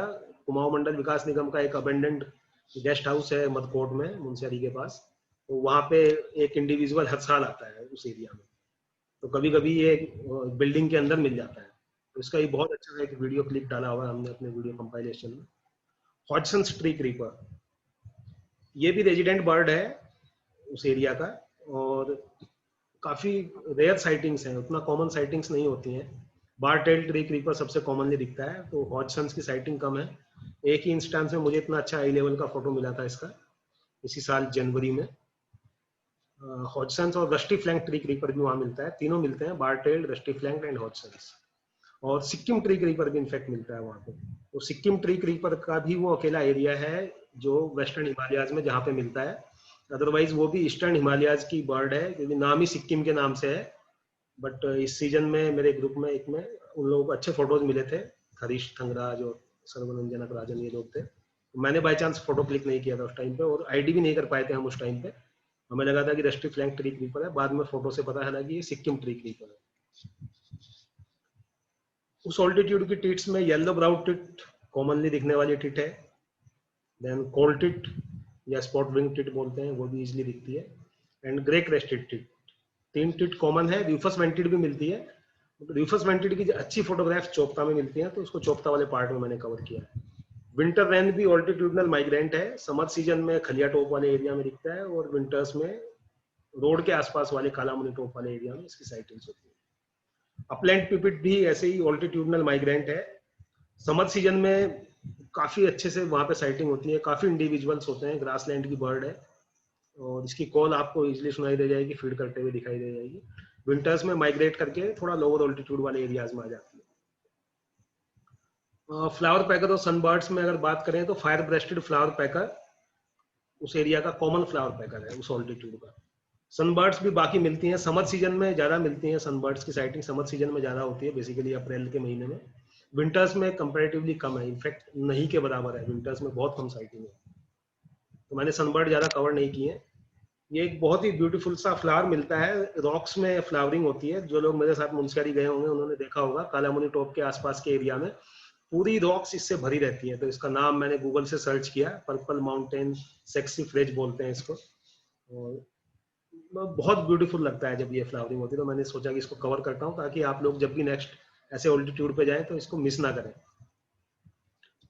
बर्ड्स का पार्ट खत्म हो गया मुंशियारी का। अभी मार्टिन की बात कर मैमल्स की बात करते हैं। तो येलो थ्रोटेड मार्टिन कॉमन दिखने वाला मैमल है उस ऑल्टीट्यूड का, या जहाँ पे फेजेंट्स होती हैं जिस एरिया में। तो मुझे जो मैंने अभी पहले फोटो दिखाया था सैटल ट्रैगोपैन के मेल का, उसकी जो साइटिंग हुई थी मुझे और नवल आहूजा सर को, वो केवल येलो थ्रोटेड मार्टिन की वजह से हुई थी। ये मार्टिन्स उस एरिया में घूम रहे थे, तो मार्टिन्स को देखने के बाद उसने कॉल करना शुरू किया।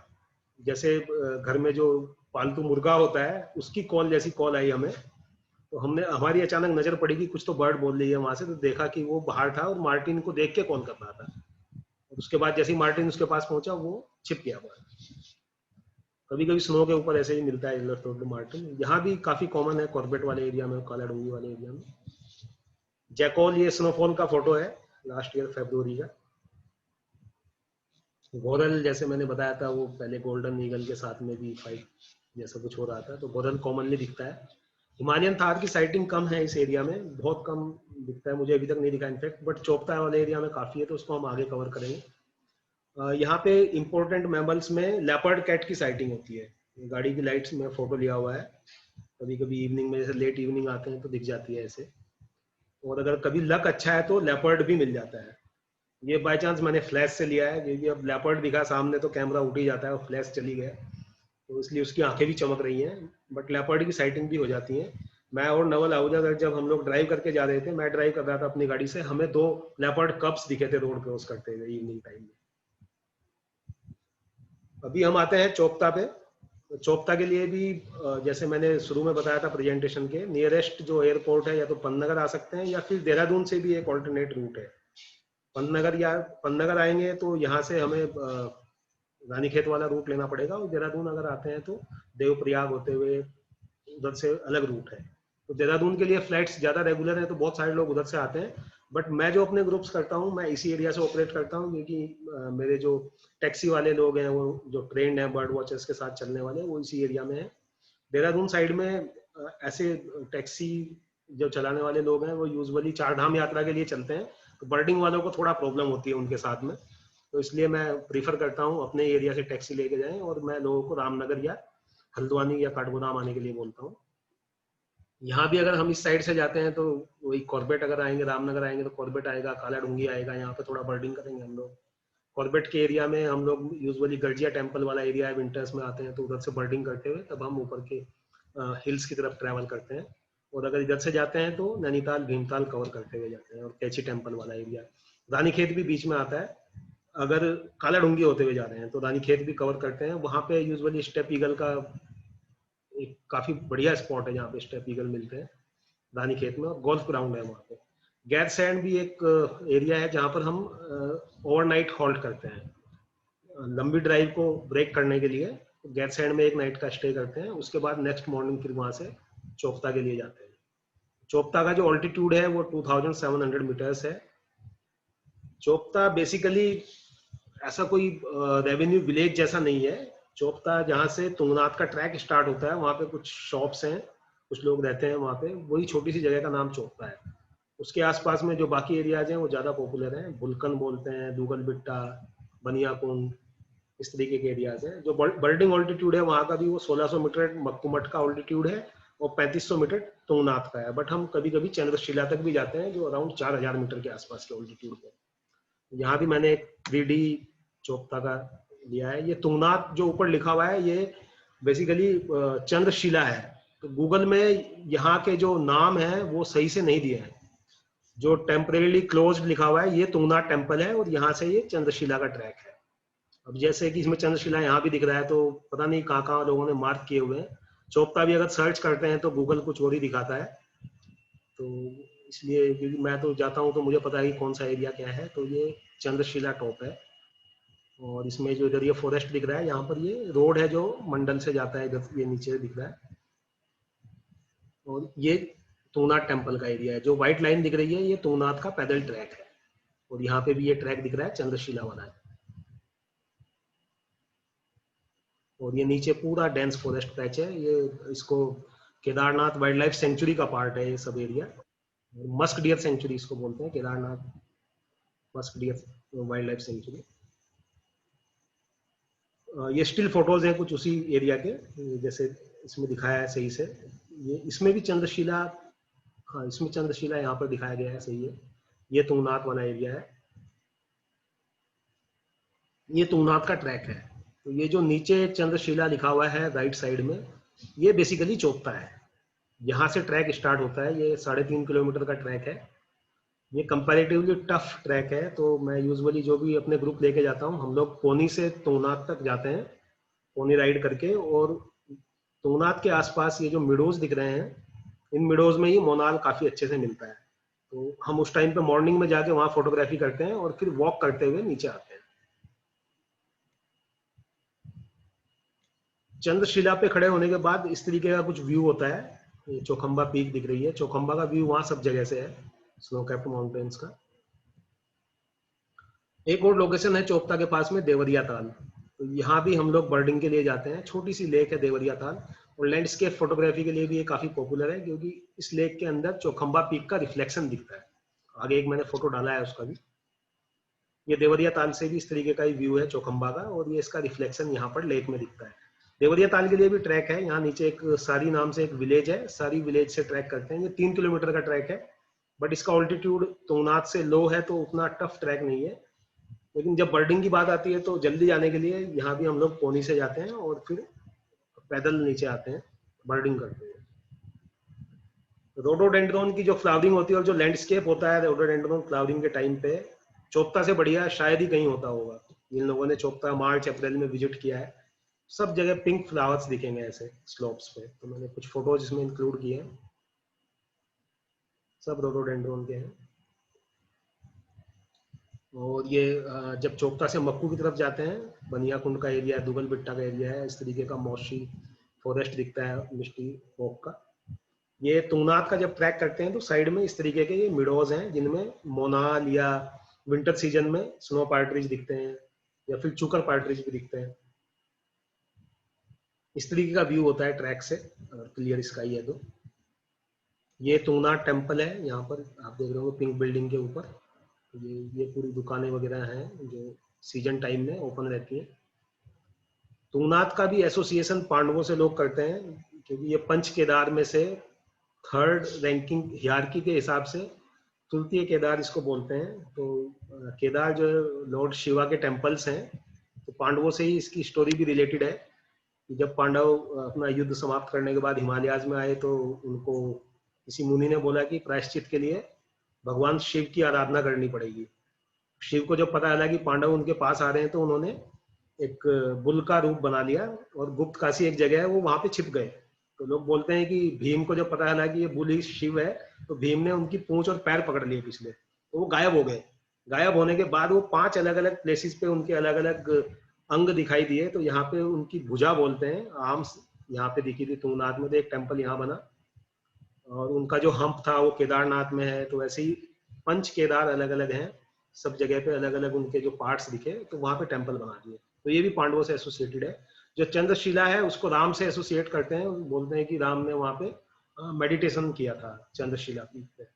और तुंगनाथ का जो लिटरल मीनिंग है वो बोलते हैं कि लॉर्ड ऑफ पीक्स, चारों तरफ माउंटेन्स हैं, तो इसलिए उसका नाम तुंगनाथ है। ये तुंगनाथ का टेम्पल है।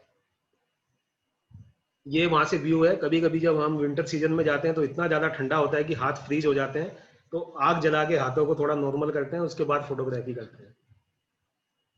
जब स्नोफॉल होता है तो उसके बाद इस तरीके से ट्रैक पे स्नो होता है। काफी रिस्की होता है फिर इस पे ट्रैक पे चलना, क्योंकि स्नो के ऊपर फ्रोस्ट गिर जाता है और वो स्लिपरी होता है।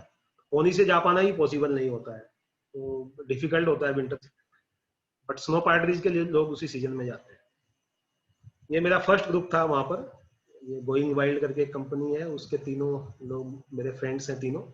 और ये शंकर सिंह पिथौरागढ़ से, कौशिक भट्टाचार्य, इन्हीं लोगों के साथ में मैंने बर्डिंग स्टार्ट की थी। ये 2013 में जो केदारनाथ की जो आपदा आई थी, उस टाइम पे हम लोग चोपता में ही थे। और जब रात को बहुत ज्यादा बारिश हुई तो हम टेंट्स में रुके हुए थे, और हमारे टेंट में इतना पानी आ गया कि सामान हमें चारपाई के ऊपर रखना पड़ा, और सुबह ही वहां से गाड़ी लेके चल दिए। रास्ते में हमें न्यूज आई कि केदारनाथ में इस तरीके का फ्लड आया है।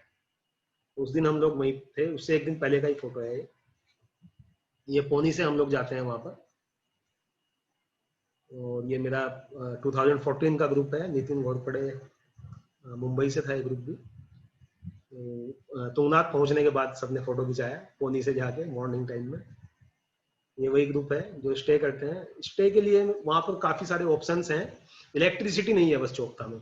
चोपता में सोलर की सप्लाई है सभी टेंट्स में। तो ये मैकपाई कैंप नाम से एक जगह है, तो मैं यूजुअली अपने गेस्ट को वहीं पे स्टे कराता हूँ। और ये कभी कभी पोर्ट्रेट खींचने के लिए भी लोग रेडी रहते हैं, लेडीज के।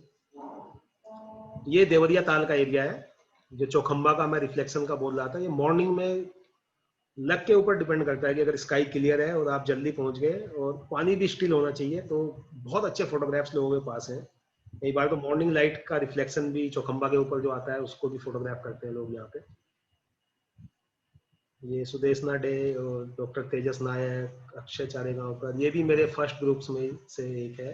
आई थिंक 2014 का ही है ये भी। तो मुझे बहुत ज्यादा आइडिया भी नहीं था तब बर्डिंग का, और कहाँ पे क्या बर्ड मिलती है ये भी नहीं पता था। तो हमने चंद्रशिला का ट्रैक किया था उस टाइम पे, और एक दो ट्रैक और किए थे उस एरिया में। बर्डिंग बहुत अच्छी नहीं हुई थी, बट जो कॉमन बर्ड्स थी मोनाल वगैरह वो अच्छे से दिख गए थे। ये जो चंद्रशिला पीक है वहां से व्यू है पीछे माउंटेन्स का। ये ट्रैक है, ये सुदेशना डे है। तुंगनाथ से जो चंद्रशिला जाते हैं उसका ट्रैक है।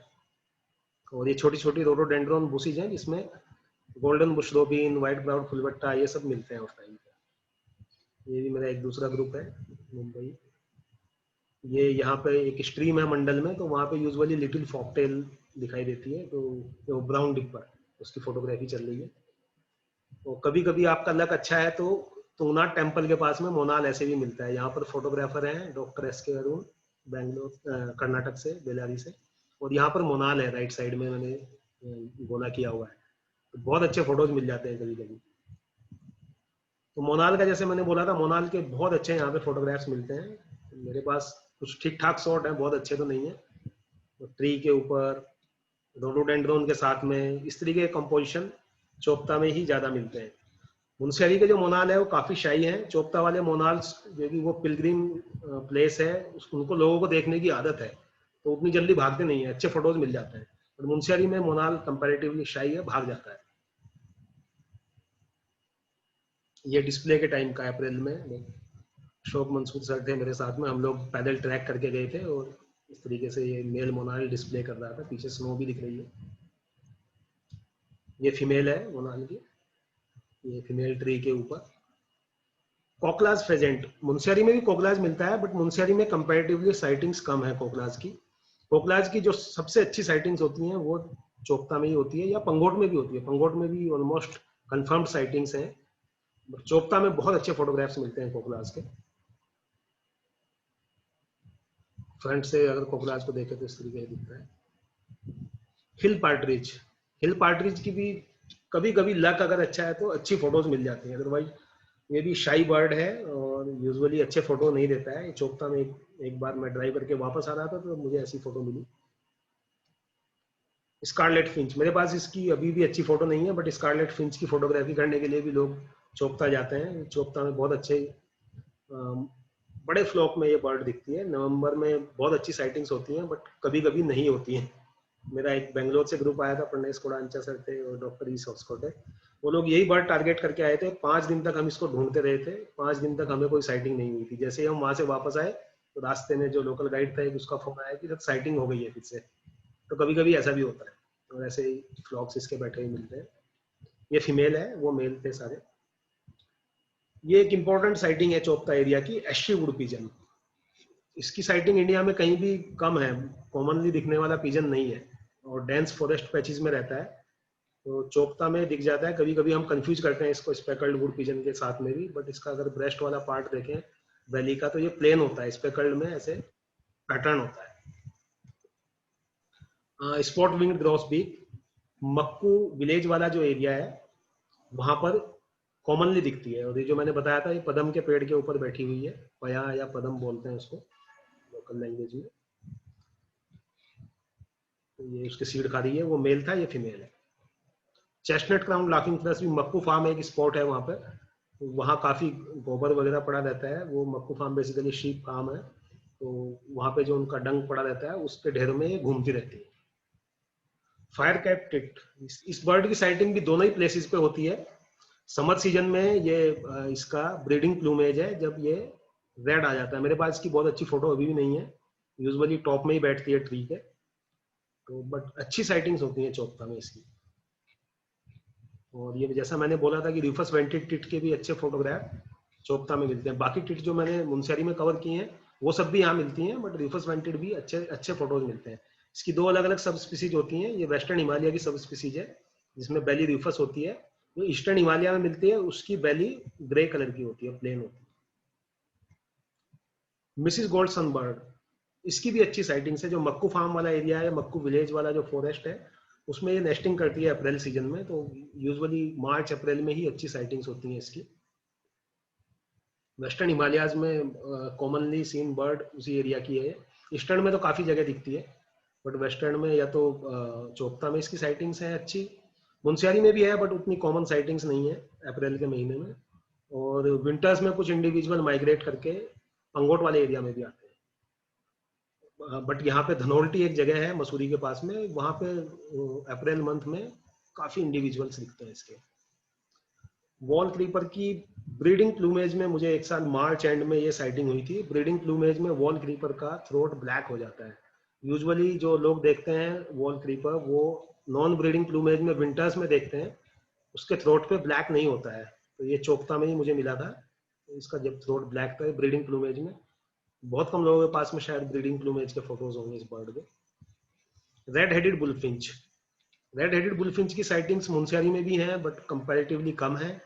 चोपता में ज्यादा साइटिंग्स होती हैं, और कभी कभी ऐसे फोटोज मिल जाते हैं कि समझ में नहीं आता कि दो बर्ड है या एक बर्ड है। दो मेल बैठे हुए थे पैरेलल, तो इस तरीके का फोटो मिले। टेल एक जैसा दिख रहा है, हेड दो दिख रहे हैं रोडोडेंड्रोन के ऊपर। तो ये 3 बर्ड बैठी है, मेल फीमेल। ये जो बिच्छू घास होता है पहाड़ में उसके सीड्स पे फीड करती है, तो अच्छी साइटिंग्स होती है इसकी भी वहां पे। बार थ्रोटेड सिवा, ये भी मिल्लाज में कॉमनली दिखने वाली बर्ड है, मुनस्यारी में भी काफी साइटिंग्स हैं इसकी। यहाँ पे मैंने इसलिए कवर किया इसको क्योंकि ये रोडोडेंड्रोन के ऊपर अच्छे फोटोज मिल जाते हैं इसके। यहाँ स्ट्राइप थ्रोटेड यूहिना, ये भी रोडोडेंड्रोन के जब फ्लावरिंग होती है काफी बढ़िया फोटोग्राफ्स मिलते हैं। येलो ब्राउड टेट, तो ऐसे कंपोजिशंस के लिए मैंने ये फोटो इंक्लूड किए हैं कि आपको फ्लावर्स के ऊपर में अप्रैल मंथ में, इनफैक्ट मार्च में ही ब्लूमिंग हो जाती है, तो इस तरीके के फोटोज वहाँ पे मिलते हैं रिफस सीपिया, ये भी रोडोडेंड्रोन पे। और मैमल्स की अगर बात करें तो मार्टिन भी फ्लावर्स खाने के लिए आता है रोडोडेंड्रोन के। ये हार की मैं बात कर रहा था, किसी की आवाज आ रही है साहब, म्यूट कर लीजिएगा। हिमालयन थार काफी अच्छे नंबर्स में दिखते हैं रोड के आसपास के एरिया में। एक वीडियो भी इसका इंक्लूड किया हुआ है वीडियो क्लिप में, और ये पीछे ब्लूमिंग है रोडोडेंड्रोन की। इस तरीके से बड़ा झुंड दिखेगा थार का। ये अभी करीब 5 मिनट का ये वीडियो है, इसको आप देखिए तो थोड़ा इंटरेस्टिंग लगेगा आप लोगों को। सब क्लिप्स हैं बर्ड्स की, मैं बताता रहूंगा कौन सी बर्ड क्या है। ये जो चिड़ फेजेंट के पैर का मैंने फोटो दिखाया था,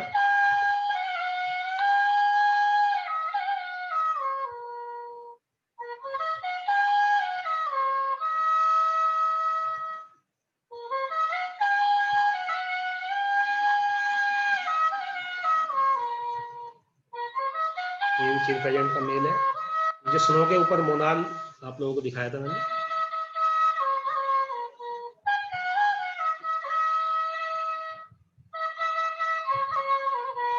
ये कोकलास प्रेजेंट, ये चोपता से फोटो है।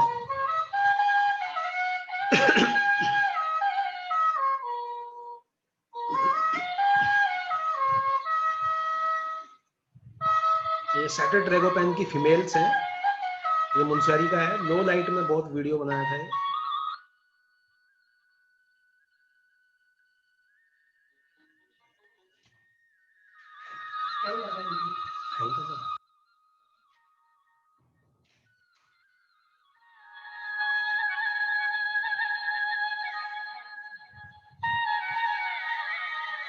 मोनाल की फीमेल है मुनस्यारी में। स्नोफॉल हो रहा था, स्नोफॉल के टाइम का। ये कोलर डाउलेट, ये भी स्नोफॉल में कॉल कर रहा था।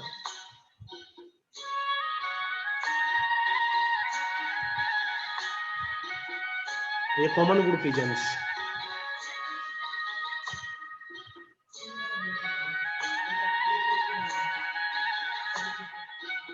अल्पाइन एक्सेंट, ये fire breasted flag packer,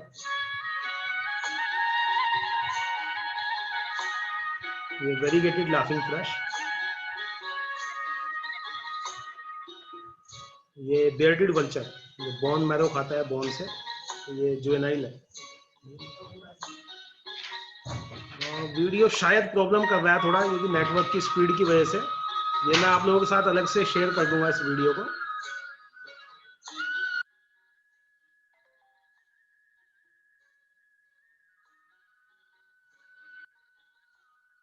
spotted laughing thrush, black throated accentor and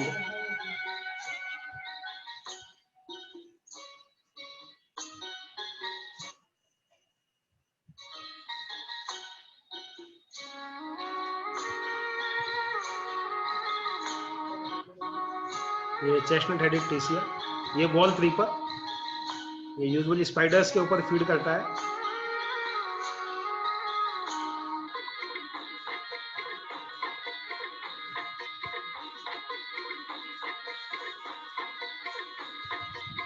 ये common rose finch, cherry blossom के ऊपर फीड करते हुए। हिमालयन वल्चर्स,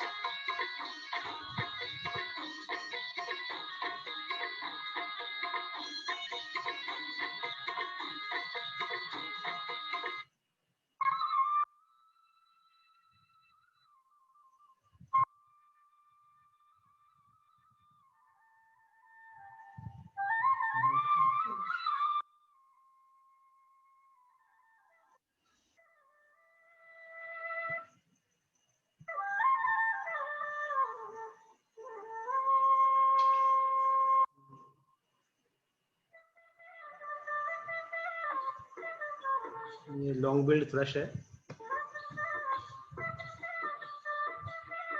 स्पेक्टिकल्ड फिंचेस,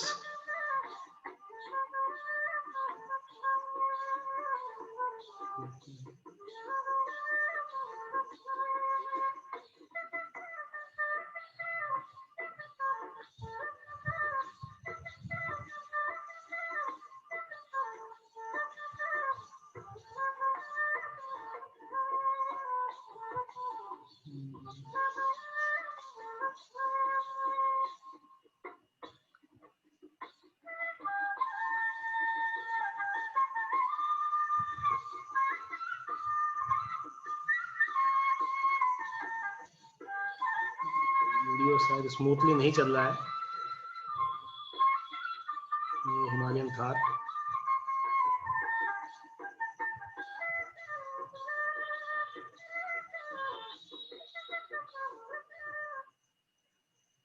बस इतना ही था इसमें।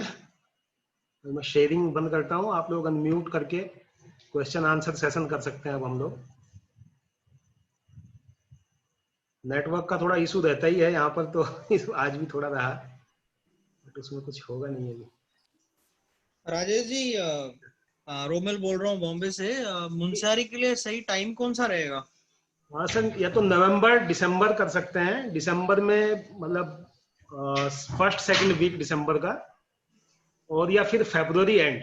जनवरी में यूजुअली अवॉइड करते हैं, क्योंकि स्नोफॉल होता है, रोड ब्लॉक्स हो जाते हैं, तो नहीं होती है बर्डिंग। और आपके हिसाब से मतलब आपके कंफर्ट के हिसाब से सबसे बेस्ट तरीका कैसे होगा वहाँ दिल्ली से जाने का? सर मैं तो यूजुअली रिकमेंड करता हूँ कि ओवरनाइट ट्रेन लें। दिल्ली से 10 o'clock ट्रेन है ऑल दिल्ली से रात में, और मॉर्निंग में 5 o'clock वो रामनगर ड्रॉप कर देती है। तो उससे क्या होता है कि मॉर्निंग का सेशन भी हमें बर्डिंग का मिल जाता है, और ट्रेन में नींद भी पूरी हो जाती है। अदरवाइज मतलब रामनगर से स्टार्ट करना है इसके लिए? हाँ, रामनगर से स्टार्ट करना है। Okay okay, thank you thank you. Rajesh, Himalayan forest rush मिलता है? क्या सर? हिमालयन फॉरेस्ट रश झूलते रहे सलीम अली? नहीं, इधर नहीं देखा सर वो अभी तक मैंने। वो कहाँ मिलता है? ईगल नेस्ट में ही देखा है अभी तक। वहीं पे मिलेगा? मतलब इधर ये दूसरा एल्पाइन थ्रश आपने बोला, हाँ, तो दोनों साथ साथ रहते हैं, मैंने सुना था, इसलिए। हाँ वैसे तो यही है, बट कॉल से उसको आईडी करते हैं ना लोग। लॉन्ग टेल्ड थ्रश जो दूसरा है हाँ उससे उसको स्प्लिट किया गया है, बट मुझे बहुत आइडेंटिफिकेशन के उसके बारे में पता नहीं है अभी तक। हाँ। बट मैंने जो देखा है उसको वो ईगल नेस्ट एरिया में 5-6 साल के बाद तुम्हारा चेहरा देख रहा हूँ भाई। ठीक है सर, अगले साल से आपको बुलाएंगे, कोरोना थोड़ा। कोरोना के चक्कर में है, मैं पूरा उत्तराखंड 1 महीना वहीं पे तुम्हारे साथ रहना चाहता हूँ। जी जी जी बिल्कुल सर, मोस्ट वेलकम। 1 महीना ये पूरा जितना हो सके उतना देखूं। जी जी जी बिल्कुल। एक्सीलेंट, बहुत अच्छा किया आपने, मस्त है। Thank you sir. मोनाल का भी आवाज डाल देते यार तो। अरे हाँ, मोनाल की आवाज नहीं डाली सर, अब वही सुनाएंगे लाइव, इसलिए नहीं डाली।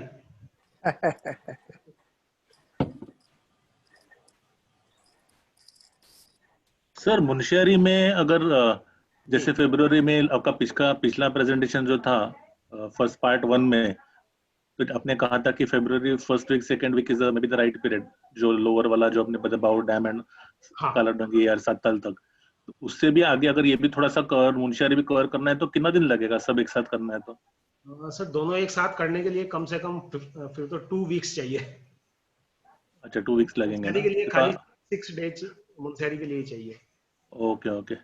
सो और एक आपको पूछना था सर कि सपोज वन सीजन अलग करना चाहिए क्या ये दोनों ट्रिप के लिए, क्या what is the better to see maximum variety of birds? फरवरी में तो दोनों ट्रिप एक साथ हो सकती हैं। अगर बाकी टाइम करना है तो फिर जैसे नवंबर एंड या दिसंबर में मुंशियारी कर लें और जनवरी फरवरी में ये लोअर ऑल्टीट्यूड वाला ट्रिप कर लें। Okay okay, thank you. Chopta में रह नहीं सकते, इज इट ट्रू राजेश? नहीं सर, चोपता में रह सकते हैं, बट जो चोपता जो होटल है में ना, रहो, चोपटा में मत रहो। नहीं चोपता के नीचे रह सकते हैं। जैसे मैगपाई कैंप है ना, वो चोपता से थोड़ा दूर है, दुगल बिट्टा बोलते हैं उस जगह को, वो 12 किलोमीटर दूर है चोपता से मेन, तो हम यूजुअली वहां स्टे कराते हैं।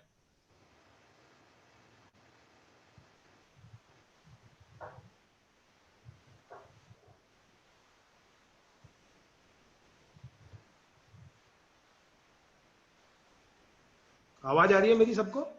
हाँ आ रही सबको। किसी का और कोई सवाल?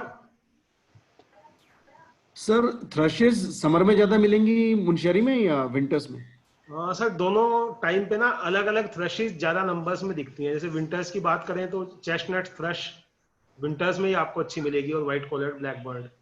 बट अगर समर्स में जाएंगे तो scaly thrush, grey winged blackbird, mistle thrush, ये समर्स में ज्यादा अच्छी दिखती है।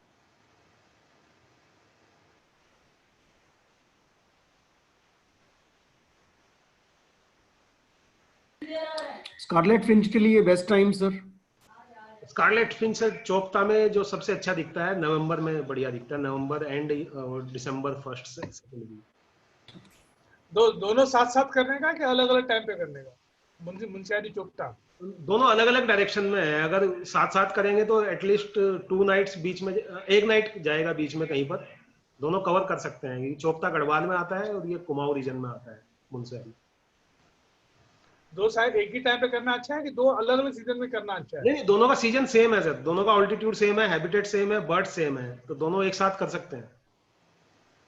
तो 15 दिन लगेगा फिर? हाँ पूरा 15 दिन चाहिए थी सर।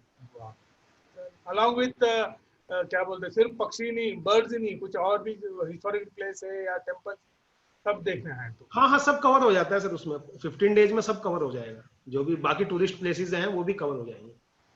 Thank you Rajesh. इसमें कस्टम मेड ये मिलेगी? हाँ कस्टम मेड ट्रिप कर सकते हैं सर जी। कस्टम मेड ट्रिप, बस हम 2-3 रहेंगे, ज्यादा से ज्यादा नहीं रहेंगे। जी कर सकते सर जितना घी डालोगे उतना अच्छा है। हाँ वो 2 और 4 कॉस्ट का इश्यू नहीं है, तो अच्छी देखें बस। नहीं, दो लोग बेटर होते हैं फिर तो, क्योंकि एक गाड़ी जैसे मैं इनोवा यूजुअली ले जाता हूँ तो फ्रंट सीट पे मैं बैठूंगा गाइड करने के लिए, मिडिल सीट पे 2 लोग बैठ सकते हैं दोनों में। हाँ 2 लोग, हाँ 4 में देखा तो कम, थोड़ा सा कंजेस्टेड हो जाता है। नहीं 4 तो एक गाड़ी में सर मैं तो अलाउ मतलब एडवाइज नहीं करता हूँ किसी को। अगर 4 लोग हैं तो फिर 2 गाड़ी करते हैं, बट ये होता है कि पीछे की गाड़ी में जो भी होगा उसको उतनी अच्छी साइटिंग्स नहीं होती हैं। नहीं होती है। कस्टम करना है तो फिर तो 2 ही लोग आए, वो बेटर है। Okay thank you. Sir Munsiyari में कितने स्पीशीज हम कवर कर सकते हैं? यूजुअली जो फरवरी का मेरा चेकलिस्ट होता है 5 नाइट 6 डेज के ट्रिप का, वो 120 130 के आसपास होता है।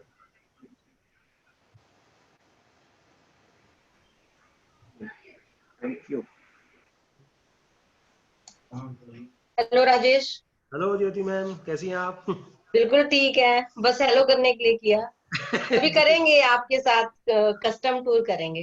बिल्कुल बिल्कुल मैम, ठीक आपने हो तो जाने किया हुआ है दीजिए। उत्तराखंड, वैसे भी काफी एरियाज। हाँ हाँ, करना है मुझे। मुंशियारी मेरा फेवरेट प्लेस है और ड्रीम डेस्टिनेशन है, मुझे करना ही है मुंशियारी एक बार। ठीक है मैम। कब चालू कर रहे हो वापस? Okay bye. सर मैं तो चालू कभी भी कर दूं, बट अभी ये थोड़ा सिचुएशन नॉर्मल हो तो नवंबर से मैं तो सोच रहा हूँ कि 1-2 ट्रिप करूंगा उत्तराखंड में। अरे हम लोग डरते हैं भाई, उतना दूर आने के लिए डरते हैं फिर। वही प्रॉब्लम है सर, अभी आने का ही इशू है, और हमें भी डर लगा हुआ है कि हम किसी को बुलाएं बाहर से, तो हाँ, अपने को भी डर रहता है अभी। और पहाड़ पे घूमे, कुछ हो गया, कुछ मिलता नहीं है उधर, पता नहीं क्या है ना। हाँ, तो इसीलिए अभी तो थोड़ा नवंबर से पहले तो नहीं करेंगे ट्रिप्स। नवंबर तक देखते हैं कि क्या सिचुएशन रहती है, उसके बाद फिर स्टार्ट किया जाएगा। Okay, thank you. किसी का कोई और सवाल साहब? राजेश सर, सुरेंद्र पूना से। जी जी जी, सुरेंद्र जी क्या हाल है? लास्ट टाइम मुंशियारी में बहुत मजा आया था, लेकिन वापस करना है। हाँ, बहुत मजा। आपने स्नोफॉल का ज्यादा मजा लिया उस टाइम पे। बर्डिंग का थोड़ा कम रहा। नहीं, स्पीसीज भी बहुत मिली, ऊपर भी मिली, नीचे भी आपने बहुत घुमाया आपके काला डूंगी आसपास, लेकिन वापस जाना है और मजा आएगा वापस आने में। जी बिल्कुल बिल्कुल। Thank you, thank you sir. हमने पहला Munsiyari first week of Feb में किया था, मतलब सेकंड वीक ऑफ फेब में जी। फोर्थ वीक ऑफ फेब में भी कुछ करते हैं क्या मुंशियारी? कुछ बेटर मिलेगा? हाँ हाँ सर, 4th वीक में स्नोफॉल के चांस थोड़ा कम हो जाते हैं, क्योंकि हमारा 2nd वीक में तो बहुत स्नोफॉल हुआ था उस टाइम पे भी। 4th वीक में भी सब स्पीसीज तो वही सेम रहेंगी, बट ये है कि फोटोग्राफी थोड़ा अच्छी हो जाएगी।